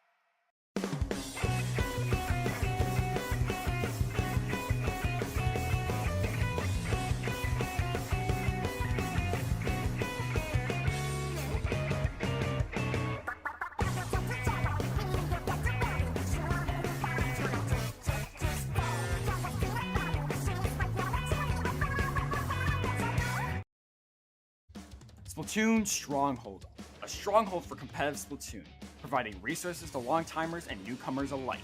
If you're new to the competitive scene or still figuring out how to join, we have a Getting Started guide and plenty of other resources to help you in your journey. If you are a seasoned veteran, we still have plenty to offer. You can find and join tournaments as well as participate in our Captain Forum and find free agents and teams. Our mission is to make competitive Splatoon easily accessible to everyone. So what are you waiting for? Join the Splatoon Stronghold today!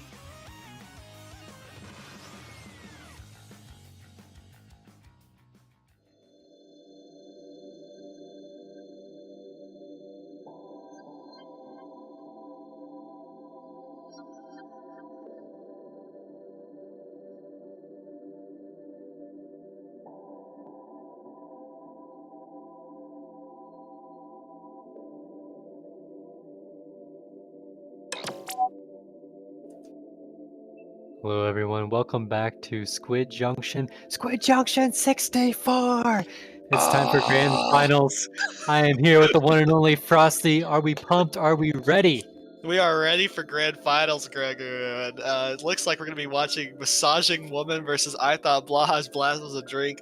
Two really strong teams we got playing up here, and it looks like we're going to get first strikes and bans out of the way. They might actually already be out of the way. Were they done? Or, yeah, no, so we Yeah. already have strikes and bans out of the way. So, going to be Massaging Girl banning Clam Blitz Scorch Gorge, and then Clam Blitz Crableg Capital was banned by Blash Blast, which means this is going to be the map rotation you're seeing on screen right now, starting out with Tower Control Ship Shape. How do you think we're going to get into this, especially with the Squeezer versus Stamper matchup, Guru? Yeah, it seems like these teams were a little bit lactose intolerant this late in the evening. They didn't want a cheese-free set, so no clamblets from either side. But yeah, the Stamper, the Blast are going to be really, really interesting to see what these teams can do, especially starting on this map. It's just so many ledges all over the place, and it's tower control. So you're really going to have to, I think, be able to get a lot of paint down to try to limit the Blaster's movement, limit the Stamper's movement, so that way they can't just run at you. But I say it, easier said than done. Obviously, these players are pros at, moving with the kind of limited movement ability of their weapons and able to just get by with the tiniest amount of ink to get in your face. So it's not going to be easy. Yeah, that Blaster's quick. Lin is a very strong player going into this, and Stamper tends to follow up with them really, really well. In that last set, we saw a lot of those little two-piece combos with the vertical slash and the outside hitbox. The thing is, though, is I'm kind of more focused on the utility of the specials here, because while Blahaj Blast tends to play a lot more supportive kits, Massaging Woman just plays double Zuka. And that's going to break the bubbles quickly. So how are they going to be establishing those pushes is going to really make or break these matches. Getting in, you see the comps roll out here, 52 gal as opposed to the typical Stamper we are going to be seeing from Grape, or actually Percolators on the shot now. Grape was shot last set, rotating on the 52 gal. This roll, it's going to be really fast. Lin already fighting in mid, managed to get a pick onto Grape. However, Stan fighting on that left side gives Lin just enough room to get into position. Just like we said, these fast plays, it's really just about establishing control as quickly as you can. Now Lin going off to fight Dylan on this left side. Yeah, kind of crazy just how few bombs are in the lobby right now. We're seeing sprinklers from both sides. We're seeing double splash wall from Massaging Woman, and so that's just something that they're not able to quite get some of that passive pressure on the tower by just kind of chucking bombs at it. Instead, they got to go right up and get it, which so far it looks like I think Blahaj Blast with a Drink has been able to step up to the challenge so far, but they're not able to get that first checkpoint, which would have been cool if they could have.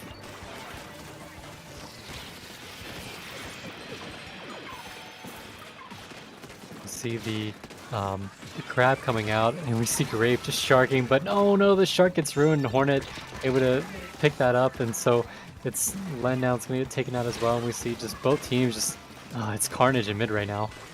Right, and Stan actually going to get that pick on the left side, and looks like first check is going to be broken pretty cleanly. Lin already getting in a position set up. Stan fighting on that left side. Hornet playing this top left as well. Lin's already going to be trying to utilize that Zuka pressure, and Pony goes down, unfortunately, so now Question Mark is actually going to be able to keep that pressure up on the right side. Lin's rotating forward. He's going to be able to take control of that top right real soon if he can get this pick onto the shot. Unfortunately, trades out, but the damage is already done. They can't rotate because the ink rail was taken, so now they don't have much time to get to the center. Is Grape going to get there in time to stop this tower push? 3, 2, 1, and game one goes to Blahaj Blast.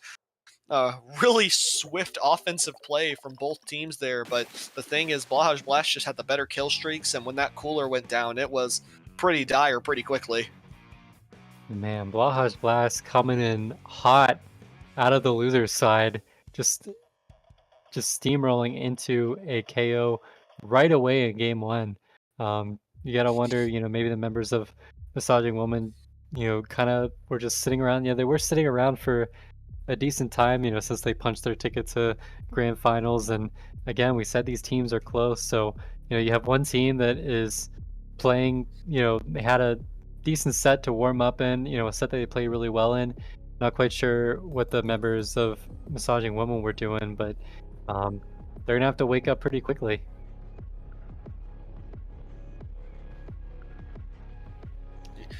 And focusing on that, the thing is that even with that momentum, something to keep in mind is that Blahaj Blast has to win twice. So it's a very good start to see them going 0-1 so quickly. Rainmaker Humpback is going to be next up on the list.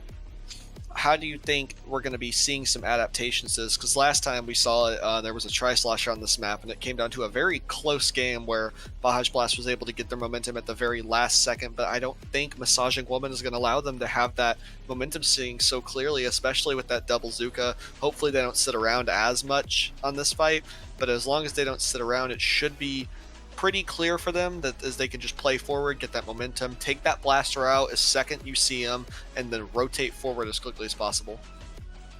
I think this will test how much Massaging Woman likes their main weapons, because I am not really a crazy fan of double splash wall on a Rainmaker. I like bombs in general, but I really like having bombs for, getting the quick pop, getting just pops in general, continuing pushes after they're stopped by popping that shield once again. And Splash Wall just kind of hard to get as much done, especially when you're running multiple. So if we do see them stick with that same comp, it must be because they're really digging the squeezer, really digging the 52 Gao, and not so much, really caring about their sub-weapon so much. So that'll be an early indicator to see what they're feeling. Right. I'm kind of curious. I think that what they might do is they might have Grape go back to Shot and then put Percolator. I think that's actually Samikado. Don't call me on that if I'm wrong, right or wrong. But Percolator will probably be going back to the Stamper this round. And we see, yeah, indeed, you caught it with the Stamper. So, just gonna go with one Splash Wall this time around, which I can dig it. And in the meantime, not really many changes on this side of I thought Blahaj Blast was a drink. You take whatever works for you. Right, and in that mid-fight, immediate pop of the Rainmaker. Lin's getting into position, fighting Grape here. Grape manages to come out on top of that fight, manages to get stand as well. This jump is going to go down. Lin can't manage to find a pick on his fall down, and that's going to be first check cleared nearly immediately. Grape and Percolator taking this forward momentum going forward. Dylan is holding on that left side. He might be able to find a pick on the Crab here that just came out, but it's going to be a quick push to 41, which is, with check in mind, it's a pretty decent hold to get started on the game. 4 minutes left in the match, so that means Bahaj Blast has plenty of time to just kind of reshape, not go in too quickly, and use this Tacticooler to try and get some advantage. That was a really pivotal early moment. Grape popped the Zuko and wasn't quite able to find anybody from, I thought, Blahaj Blast. They were all able to dodge it. If they go down there, that lead gets pushed a lot further than 41, but instead they're able to get a decent counter push here, able to at least pop that first checkpoint now. So game's a lot closer as we see some picks are still happening, and the Rainmaker looking kind of attainable right now. Everybody's just kind of sharking around it, waiting for somebody to make a move instead of just going to reset as Grape's able to get the pick there on Stan. Right, and Stan goes down here. Now the mid is flipped sides again. Percolator taking immediate control of this right side. It's been back and forth with these mid fights. Lin's going to go down, missing a shot onto the teammate. Now, question mark, has to survive this Crab Tank. The pressure is immense. Hornet might be able to find a pick on the time. He does trade the Rainmaker, but the damage is done. It's all the way down to 25 now, and they need to find a way to get some space quickly. Percolator resetting that Rainmaker shield, making sure they can't have it immediately. They got to get rid of him first. Dylan dies out on that left side flank, and now the members of Bahaj Blast are actually kind of reshaping their way to push back in. Grape hiding out on this left side. I think he's called out, though. Lin manages to... He doesn't manage to get the pick here. Grape gets the fighting chance here to win a whole triple kill off of what should have been a routine pick on that ledge. Great play from Grape here, just kind of overbearing the odds, taking out the Stamper and the Blaster and putting his team back in the position to keep fighting. Grape just kind of making wine of that situation. Able to get 3 there, and now the push is trying to happen, but they're going to have to wait out this Crab Tank. It is going to finally be over. We see Dylan trying to push up here. They're going to escort the Rainmaker. The Squeeze are trying to laser that Pencil player, but it's not going to be enough. And you see, man, members of Blahaj Blast, they're in some precarious positions, but they keep holding up just enough on defense here. The members of Massaging Woman going to jump back in. They're going to get pushed back, and yeah, it looks like another push that's going to come to an end. Right, but the Tacticooler was used on the defensive end. This is important because they don't have that same tool set for the momentum going forward. The Suzuka might be able to find a pick. They find a pick onto Grape Hornet, managing to now rotate in the 2 down on both sides, but the respawns is going to come out from the end of Bajash Blast faster because of that Tacticooler. Now Massaging Woman is on the defense. Cooler coming right back out so quickly. Good build from that pencil. Now Lin might be able to sneak a pick in here with the bubble. Marcial's in trouble. Grape is in trouble. Grape manages to go down, but Marcial's out in time. It looks like it's going to be a dunk for the members of Baja Blast. Such a quick fight. Wow, that was very like Rocky-esque there. They just kept taking a beating, and then finally, when it was their turn, they were able to get the KO. Just really, that's kind of the volatility of Rainmaker there. You just need to get a nice little kill streak in a row, and all of a sudden the game is yours. And wow, really great job of them seizing that opportunity. Sometimes, Rainmaker carriers can be a little skittish, a little thinking things are too good to be true and don't want to push, but that's the teammate saying go go go go go and getting the KO. Right, and that defense was just brilliant. I mean, they're just holding on for dear life in this replay cam, but they're doing it in just the perfect way. All these trades, making a quick establishment. The option to burn Cooler on defense ends up playing out very well because the pencil gets Cooler back so quickly, and that's just what the meta is. It's the fast picks, but it's that you need your support tools online. I mean, look at Lin. He uses this bubble to just clear all the space for his team, and the second that happens, it is just game over. They can't find a way to rotate back in, and they use those Coolers so efficiently. Lin takes just the smallest bit of momentum and runs with it. Yeah, and so now we are in a situation where Massaging Woman, if they want to win this tournament in this set, it's going to have to be a reverse sweep. Otherwise, we will go to the bracket reset and basically start back from square one between these two teams. So to start that, it's going to happen on Splatzone's Mako Mart. Right, back to fundamentals. Splat Zone's Mako Mart, the map we all know and love, the good angle play, the ability to rotate through those bottom flanks, and now even more so, the ability to play that pressure with the blaster on all of the separate ledges that control this map's pace.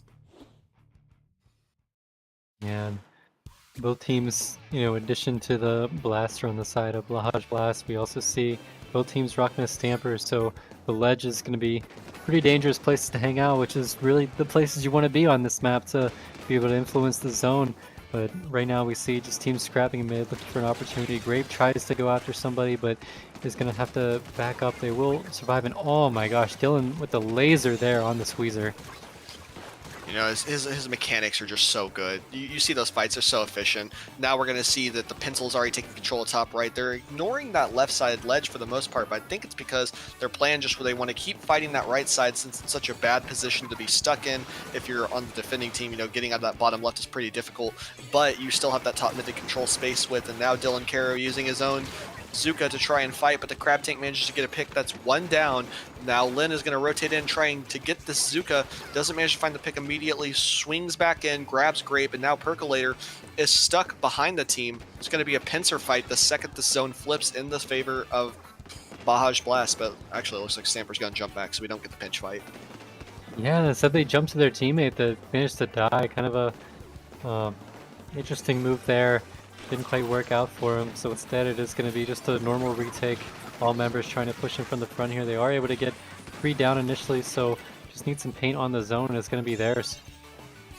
Right, that zone cap was pretty quick. Make sure that they get control of the stage back. Not too much bleeding done from the end of Massaging Woman, but now we're going to watch as the 2 go down. Might be a third, but Lin manages to scrap it together. He is the last one alive, rotating out of that bottom left area we talked about earlier. Not a great place to be, but now he's going to get set up on that right side. They're going to start trying to set up a retake here with the Zuka shots coming at them. There might be a bit of a chance to have a pick go against them.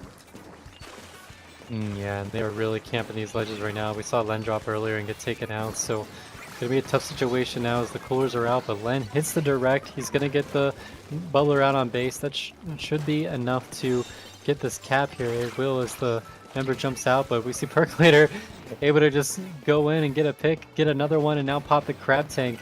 Just really, really playing well with the Stamper.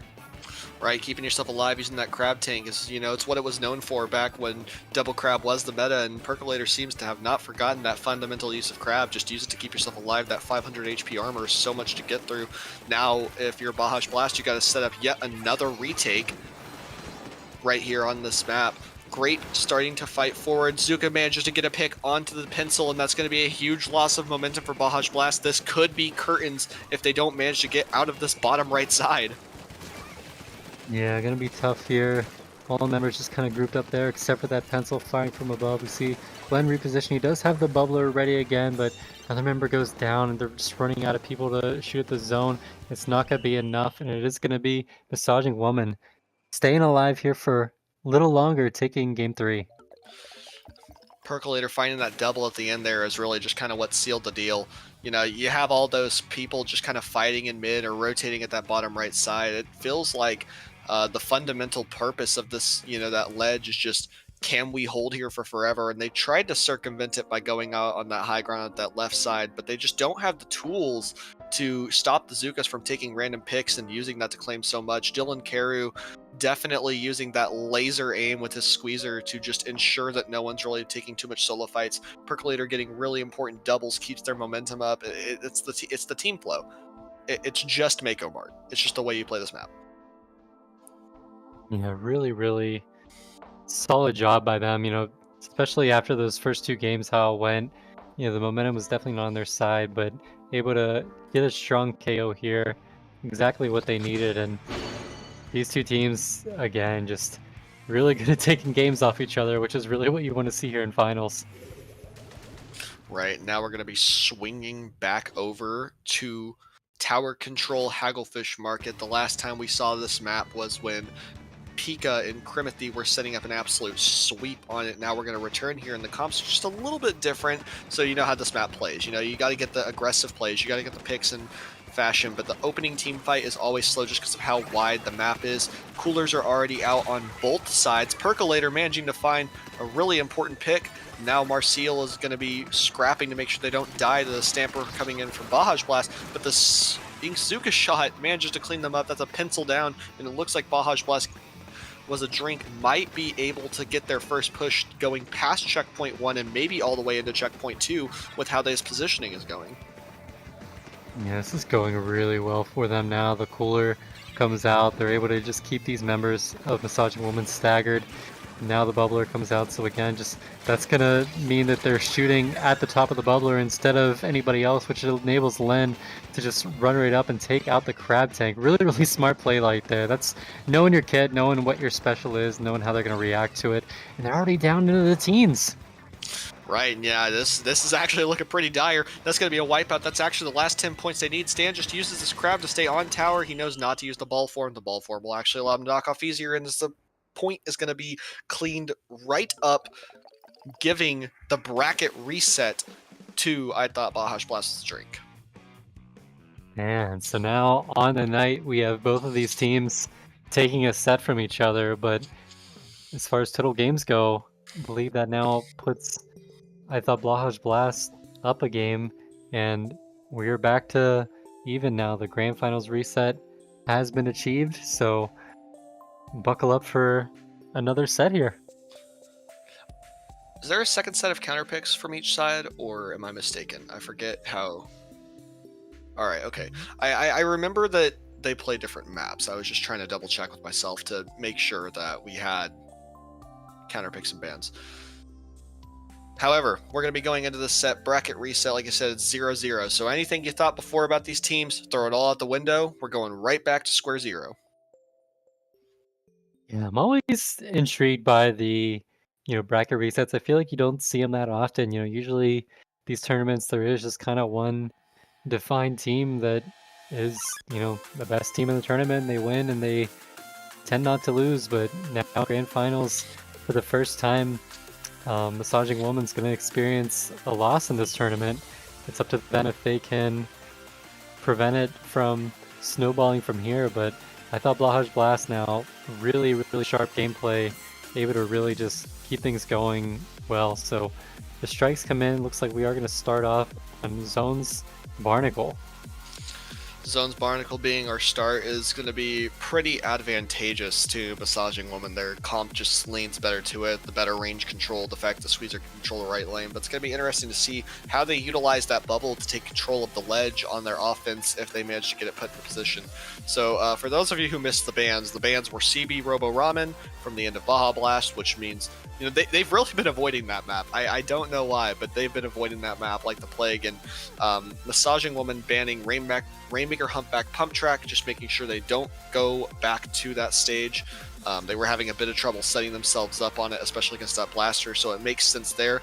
We're going to have 2 zones maps going into this, so it's going to be a very fundamentals focused set, I think, here at Grand Finals.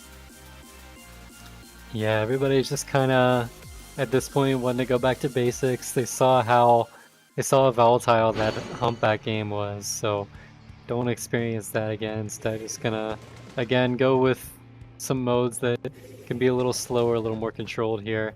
And we're gonna get that started right now on splat zones. Actually, interesting pick. We have lost the Squeezer. Dylan Carew has moved over to the Order Replica Dualies, meaning that we're going to have a Crab Tank and a Zuka coming out from the end of Massaging Woman. Pretty interesting to see how they're going to use that to extend these fights.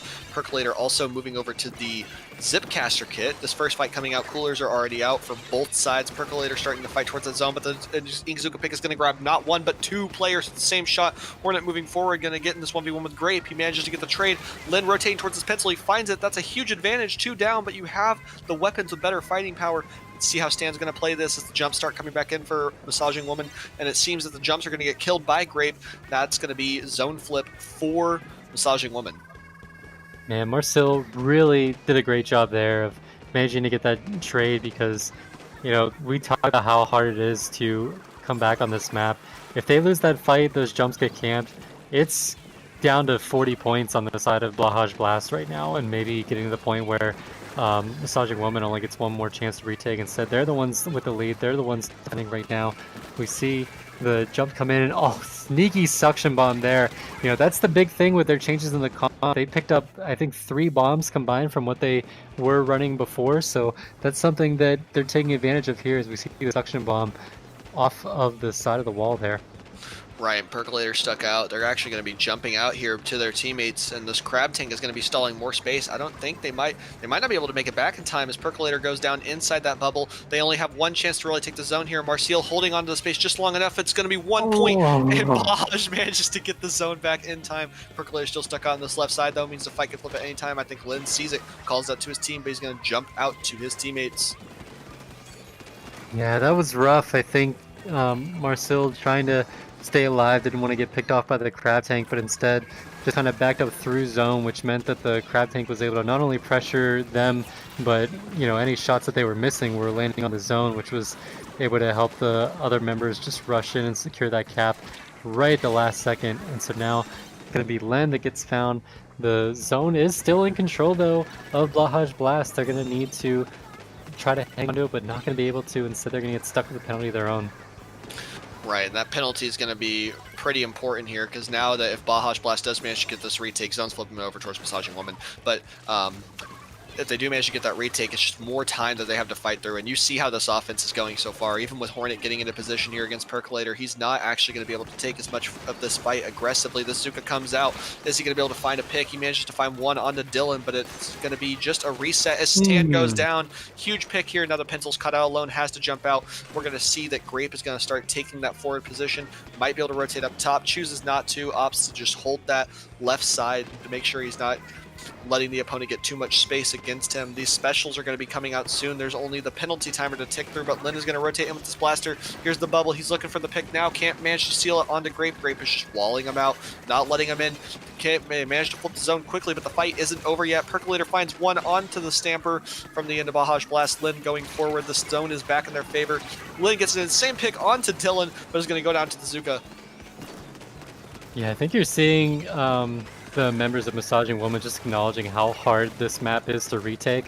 They're kind of letting the members of Blahaj Blast recap this zone without putting up a fight that I think they could put up a little harder, opting to play for their lives for, which is working out for them because they haven't been in a situation where they get totally wiped out the battlefield. I say that though, but they're down to their final dually player, And we see Dylan just backing up now, causing some trouble, so they are just gonna eventually get taken out. But again, that means that the members of Massaging Woman were able to get back in for the time being and at least have some presence in mid, if not get to cap the zone. They keep going down. Bahaj Blast is a woman. Bahaj Blast is a Drake. Finding incredible picks here onto Massaging Woman. Lynn's going to get a good fight here. Watch this fight. Percolator's not going to go down on that left side. That means he's going to be fighting this 2v1. Manages to find a pick on the Hornet as well as Stan's going down to the Trizuka shot. Grape rotating back in the zone. Lynn's going to go down on the jump. It's just a pencil. He has to stall jumps for his team, but Marcial is already getting into position holding that zone, and the rest of the team of Massaging Woman is actually getting back into the zone real fast. Zuka coming out. Manages to get a pick on the Dylan. The zone might flip back in the favor of Bahaj Blast after this team fight with this Crab tank coming out. Now we're going to watch Grape rotate on this left side. Rest of the team of Bahaj Blast is actually taking the center of zone. Stan moving forward. Hornet is setting up. The specials are going to be online again. Cooler coming out from both teams. Dylan cut out on that right side alone. Going to go down. And that's going to be 3 down on the end of Massaging Woman. The results are going to rotate in. Double Zuka, double Zuka! Oh my god, gets one and now able to camp this jump with the bomb in this shot. And it's going to be the zone flipping.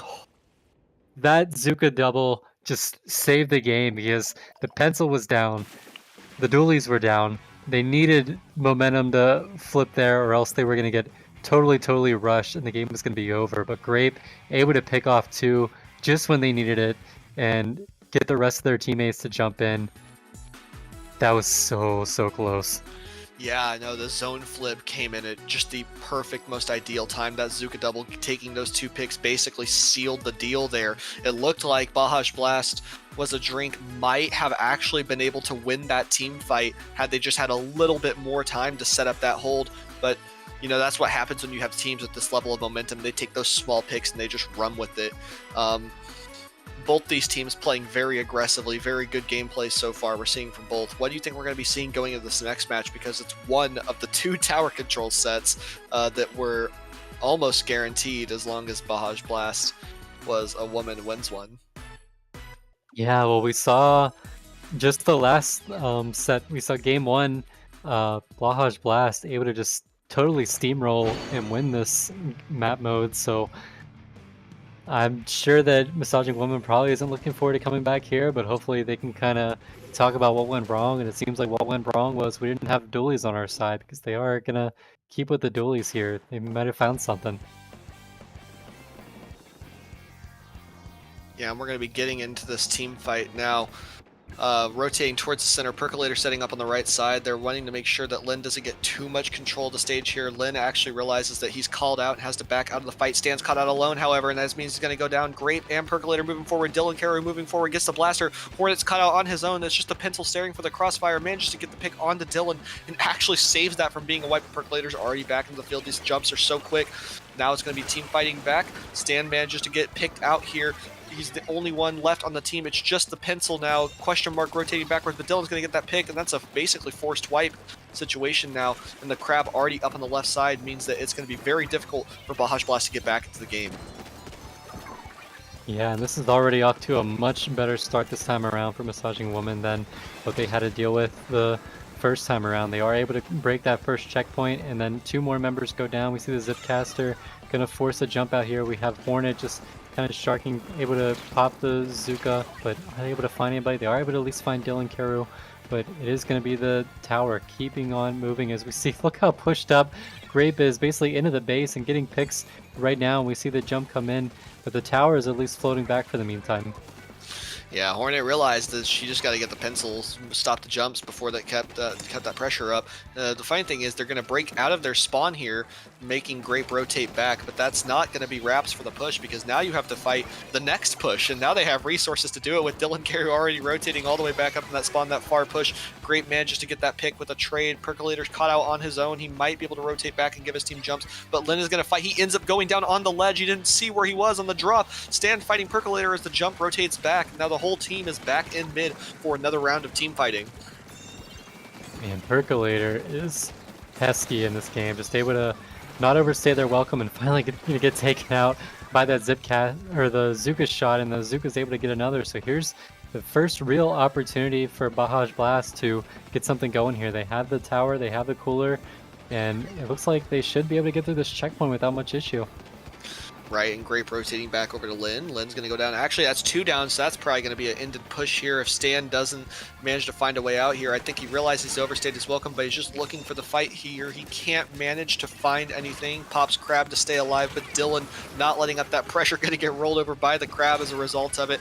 Meaning the team is going to get back in. Lin actually hitting a direct on the fall, meaning that this is not over for them yet. That pencil is just the only one alive. They have to make sure that they keep themselves alive and let their team get back into mid here. Dylan might be able to find the pick, but the pencil jumps out in time. Yeah, so again, just trying to continue this push right now. We see the Zuka come out, is able to find Grape, which is big. And right now, just one more shot, not able to find anybody. And we see Len going down. So Percolator again, trying to make something happen, but this sword is able to get taken out as well. So really good job of the members of Massaging Woman, just realizing when the members of Bahaj Blast are going to run right at them and just taking a step back and gunning them down. Yeah, earlier in the set, you know, we talked about how Lin's speed play is just alluding to all these like key positions where the bubble's getting up fast, and Grapes just said, I've had enough of it. So is Percolator. You notice the way they're playing this now? It's much more around their key movement routes. They're not letting them get in on these fights. Just look at this team fight here. Lin stuck out against Dylan Carew. Is now Dylan's going to be rolling in, taking this fight because he knows Percolator's behind him, but it's not going to be enough. Lin goes down and Stan loses the sword fight here to Percolator.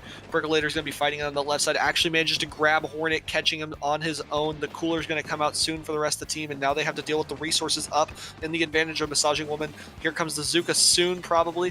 Dylan's going to be going on that left side with the help of Grape. Grape is rotating on that right side on his own. Lin is now caught up with the Zuka, playing with the team here. Dylan Carew actually managing to assist in that last kill, and now they're going to get full control of their spawn. Percolator playing that left side, Dylan holding that top right for his team, getting Lin here. Man, they are just pushing into their spawn and getting something happening. We see Grape now able to get a pick, and so now not able to stop the tower. Man, what was that between set pep talk that went on in the Massaging Woman VC? Because they're looking like a totally different team after the reset.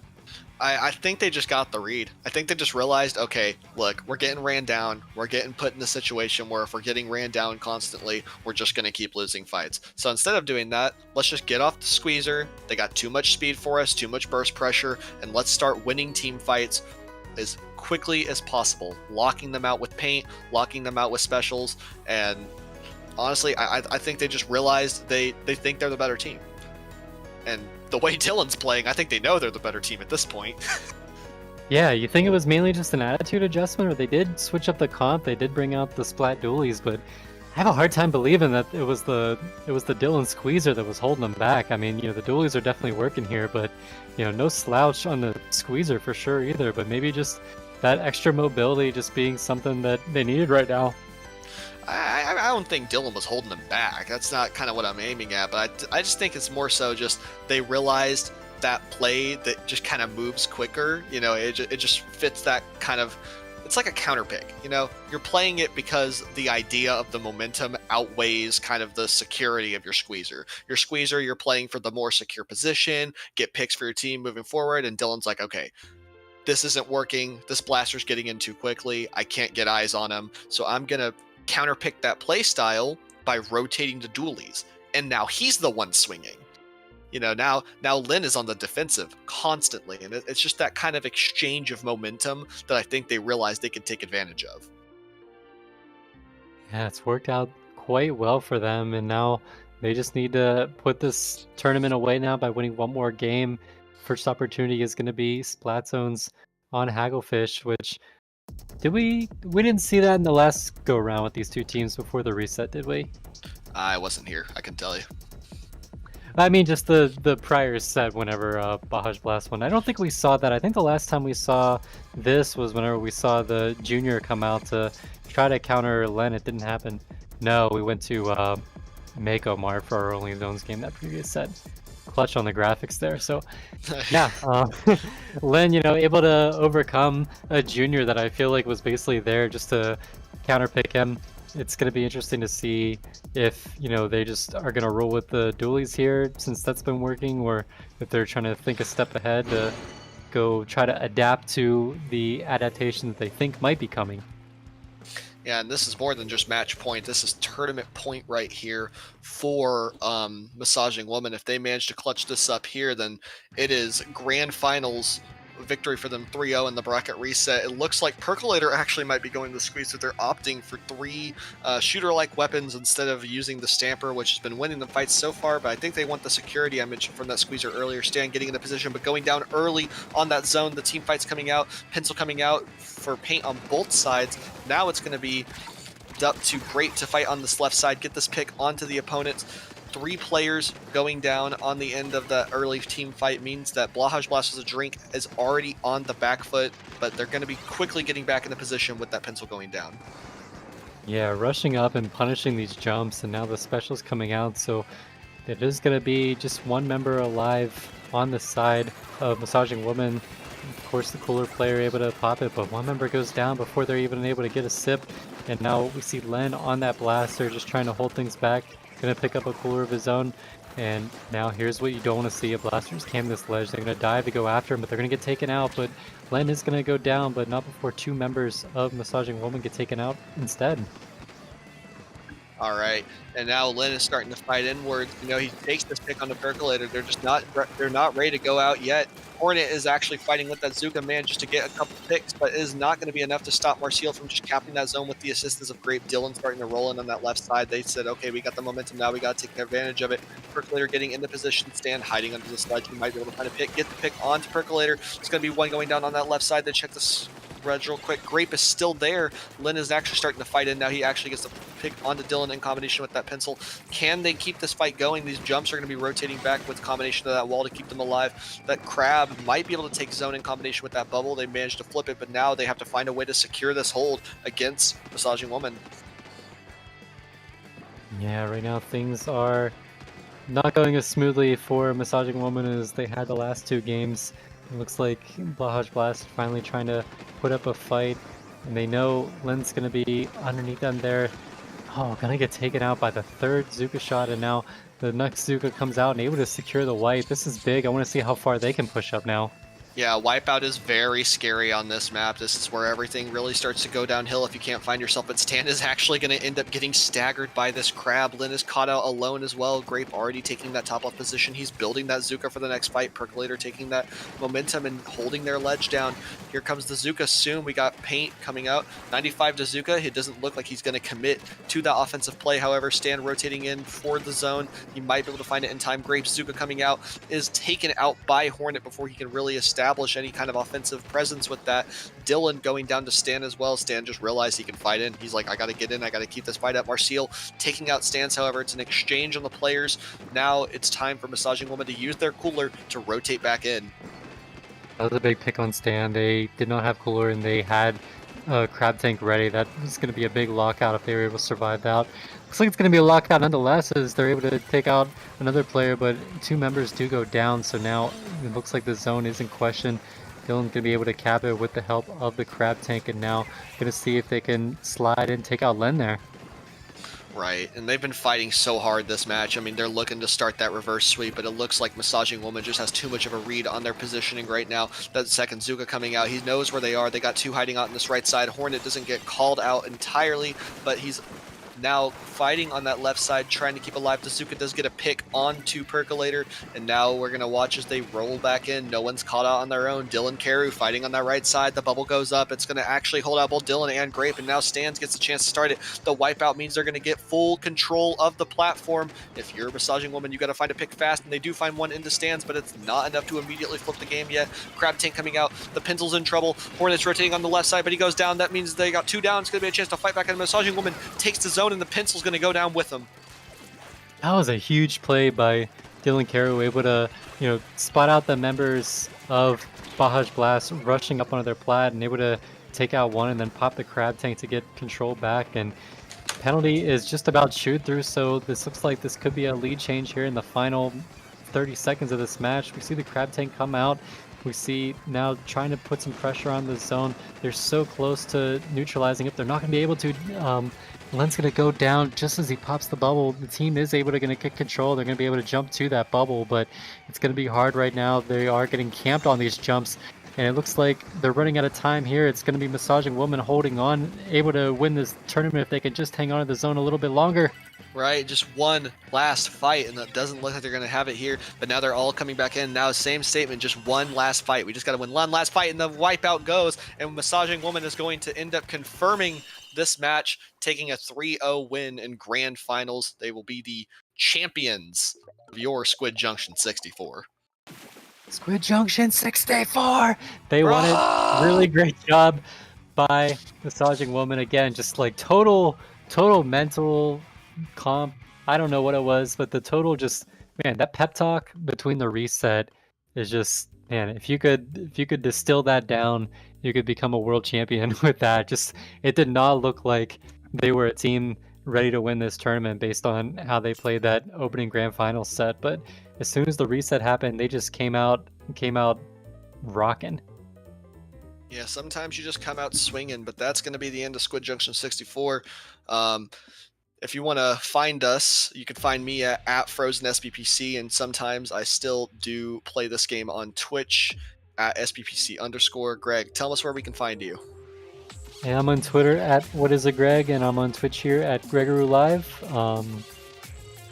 Yeah, so check me out, check us out, and thanks for watching. Of course, thanks for Joyanne for running the broadcast once again. Thanks for Dapple's production for putting on this fantastic production as usual. Lip Blue holding it down.